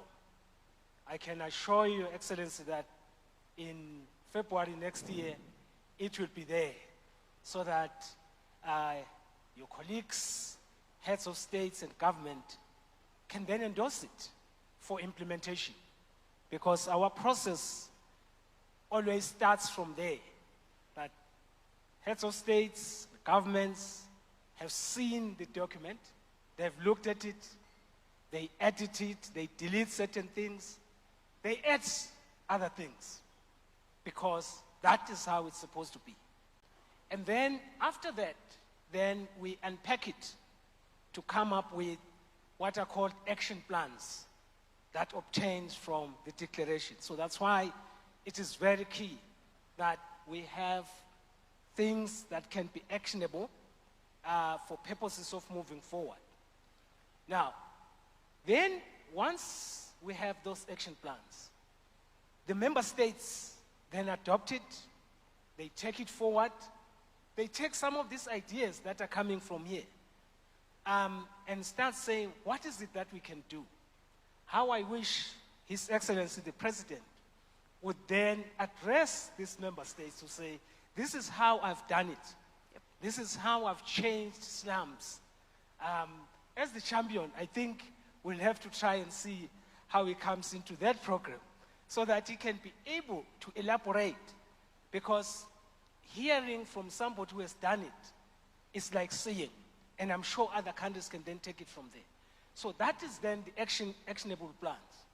Once we have those actionable plans, then now they are assimilated or taken over by the member states. So every 2 years, this forum meets. That is where then we come up with what we term biennial reviews. Because now we have to say, this is where we were. Where are you in as far as this process of ensuring that we no longer have slums? We have resilient infrastructure. We have got water for our cities. So that is what the AUC is good at, because the AUC has a convening power which can bring all of these under one roof. But there's one thing. The heads of states, including His Excellency, have told us clearly, you cannot force us. You just have to make sure that we take it forward so that each member state can decide. But then with the biennial review, you are then able to measure and assess who is able to move forward, who can do it. But the second aspect is the one related to financing. But it's exciting with what His Excellency is coming up with. Use your own resources. Gone are the days when we'll be looking outside of our borders due to the geopolitics that is obtaining, and I like this model that he has applied, because now we can talk about financing from internal resources, because they are there in the pension funds, in whatever, in the financial institutions, in the private sector, to make sure that we can move forward. Those are some of the things that we'll then be able to measure so that we can start seeing who is moving forward and who is not moving forward. We usually then come up with awards so that as the countries exchange ideas, we now look at those who are moving even better, including the cities. Those are some of the things that we now need to put into the review mechanism so that countries are accountable.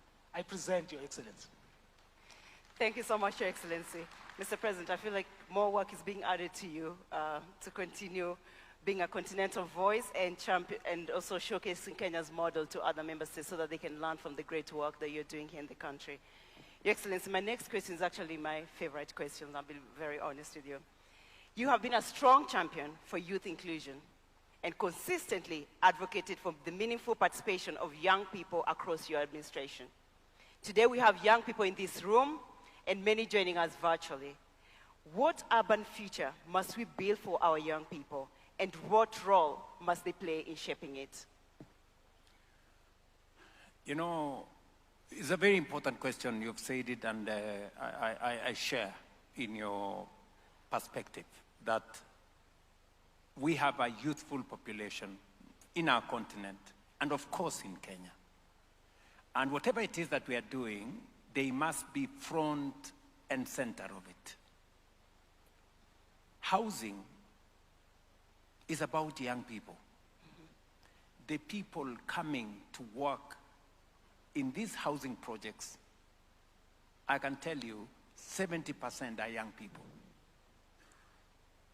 I told you in January, we had a meeting with graduates from our universities and our TVETs. Young people beaming with, energy and hope. And we brought them into the equation as interns. And I remember when I was talking to them, I was telling them, ordinarily when you go for internship, you pay for it in some areas. But this time round, government is going to pay you to be an intern. And I also told them this internship could actually become an interview, depending on how you display your capabilities. And there were 6,000 graduates from universities, from TVETs. You know, how this is going to turn into a job for you, because we have onboarded how many consulting firms, my friend, consulting firms? Over 350 consulting firms in our housing ecosystem. And these are opportunities for working with these consultants. If you're good, you will finally be absorbed in these consulting firms. So it's about young people and opportunities. Secondly, I've had occasion to go hand over keys to beneficiaries of affordable housing. You can never believe the faces of young graduates, people who've gotten a job a year or two ago, and they get a key to own a home. It's just life-changing, you know?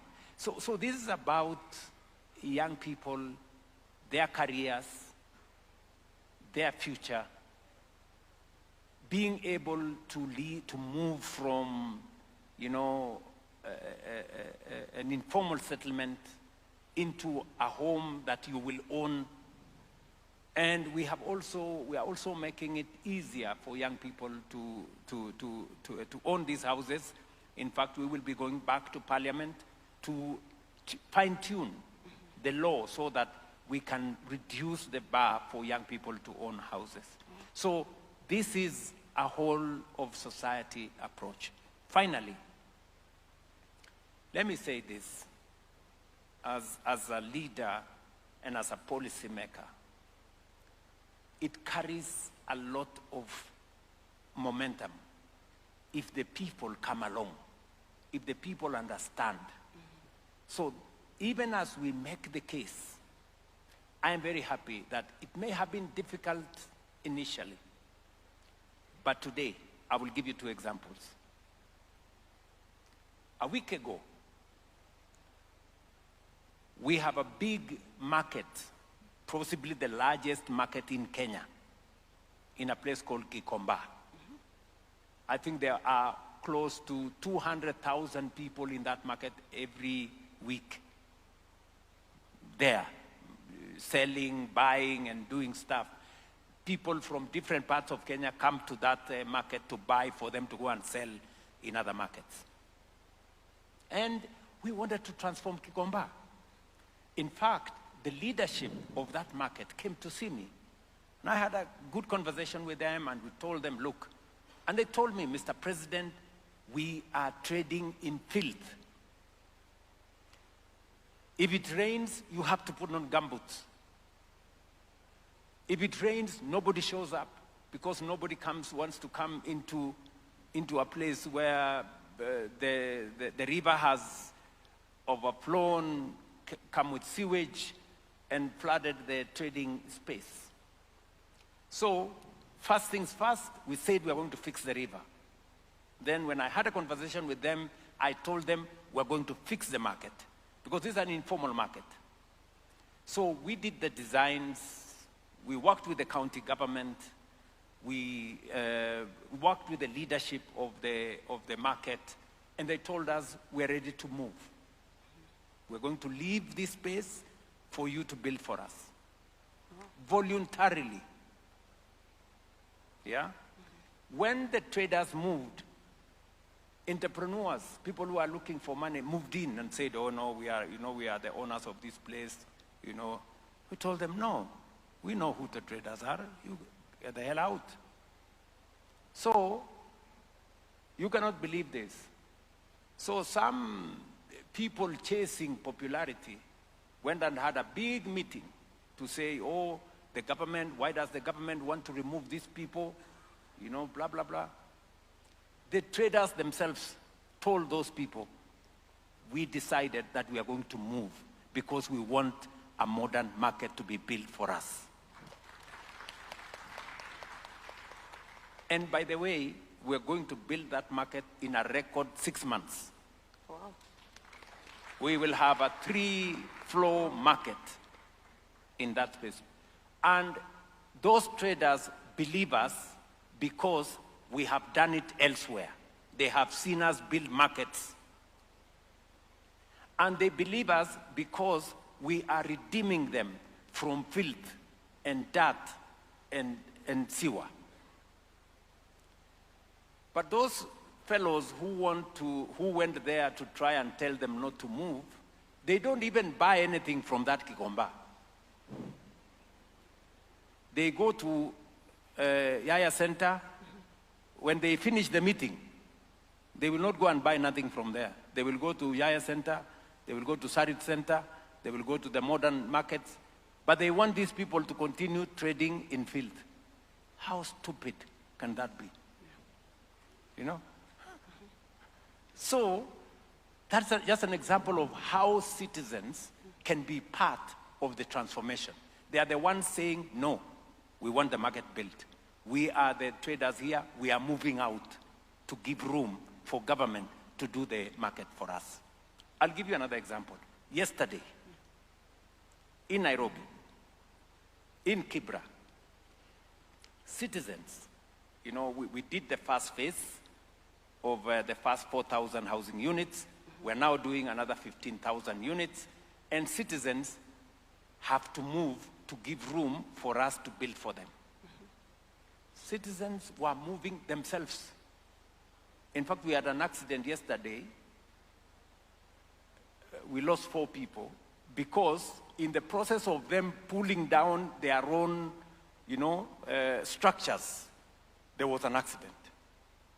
But what encouraged me is that the people themselves are pulling down the informal structures to live, so that to give room for us to build for them houses. In the past, they would be resisting that we do not want to move.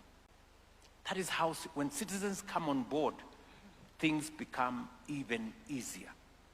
And this time around, those fellows who went, the politicians who tried to go there, they didn't go to Kibera because they now realized that the conversation has changed, that the people now know what they want, and they will not entertain any cheap stories.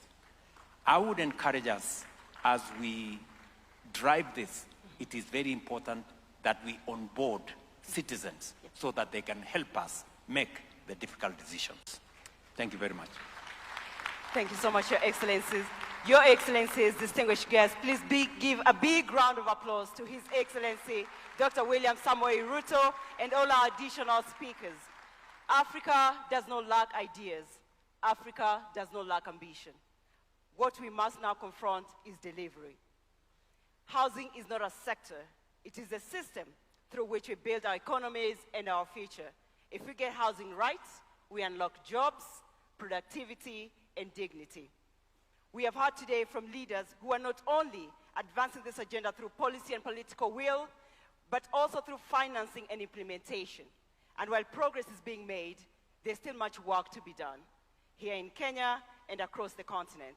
I would like to close with a powerful message delivered a few months ago by Your Excellency at the new Mukuru Housing Estate handover ceremony, and I quote, "Today, we are giving you keys, not just to open a door, not just to open a house, but to open a home, to welcome you into dignity, into a different life." And that is the commitment I made to the people of Kenya. End of quote. Ladies and gentlemen, that is what affordable housing is about. At its core, dignity for all. Please join me in giving a warm round of applause to His Excellency, President William Samoei Ruto, the President of the Republic of Kenya, for his bold and transformative leadership and for walking the talk when it comes to affordable housing for all. Asante sana, Mr. President. God bless Kenya. Thank you. Come on, ladies and gentlemen, let's put another warm clap for His Excellency, together with the moderator, Vivian Onano.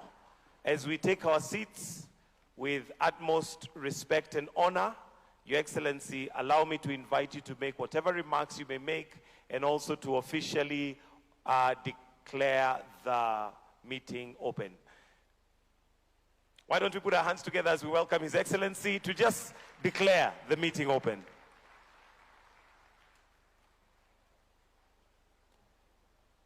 Ladies and gentlemen, I have nothing useful to add. This forum is officially open. Thank you very much. Your Excellency, so that you don't sit and come back, allow me to have you on stage. Let's take our seats briefly. There is also the launch of a report, and the AU would like to hand this over to you, so if we can have the booklets to kindly be brought forward. And as we do that, allow me to invite Ms. Anne Claudia Rosbach, and Moses Valkati to also be part of this session. If we can kindly have the booklets for AU to hand over to His Excellency the President before we proceed for a photo. The photo will be taken to my left, which is your right, shortly after this have been handed over. Vilkati to also join in this as we hand over the booklets to His Excellency. A round of applause for the report.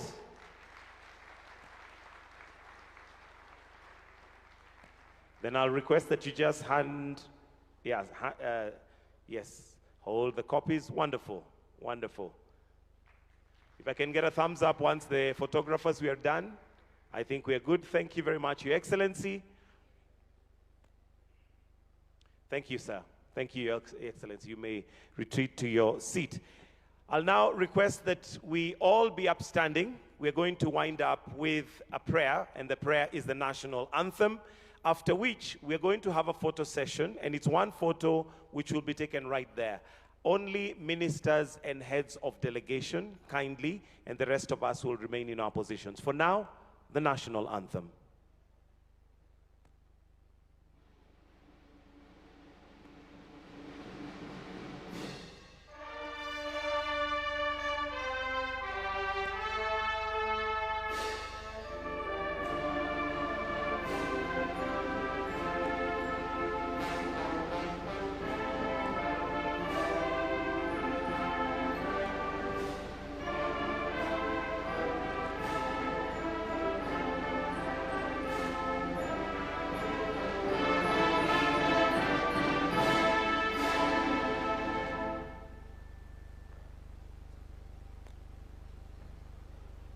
So I'll request that we allow His Excellency to proceed to the photo session area and be joined by ministers and heads of delegation only, kindly, for the photo.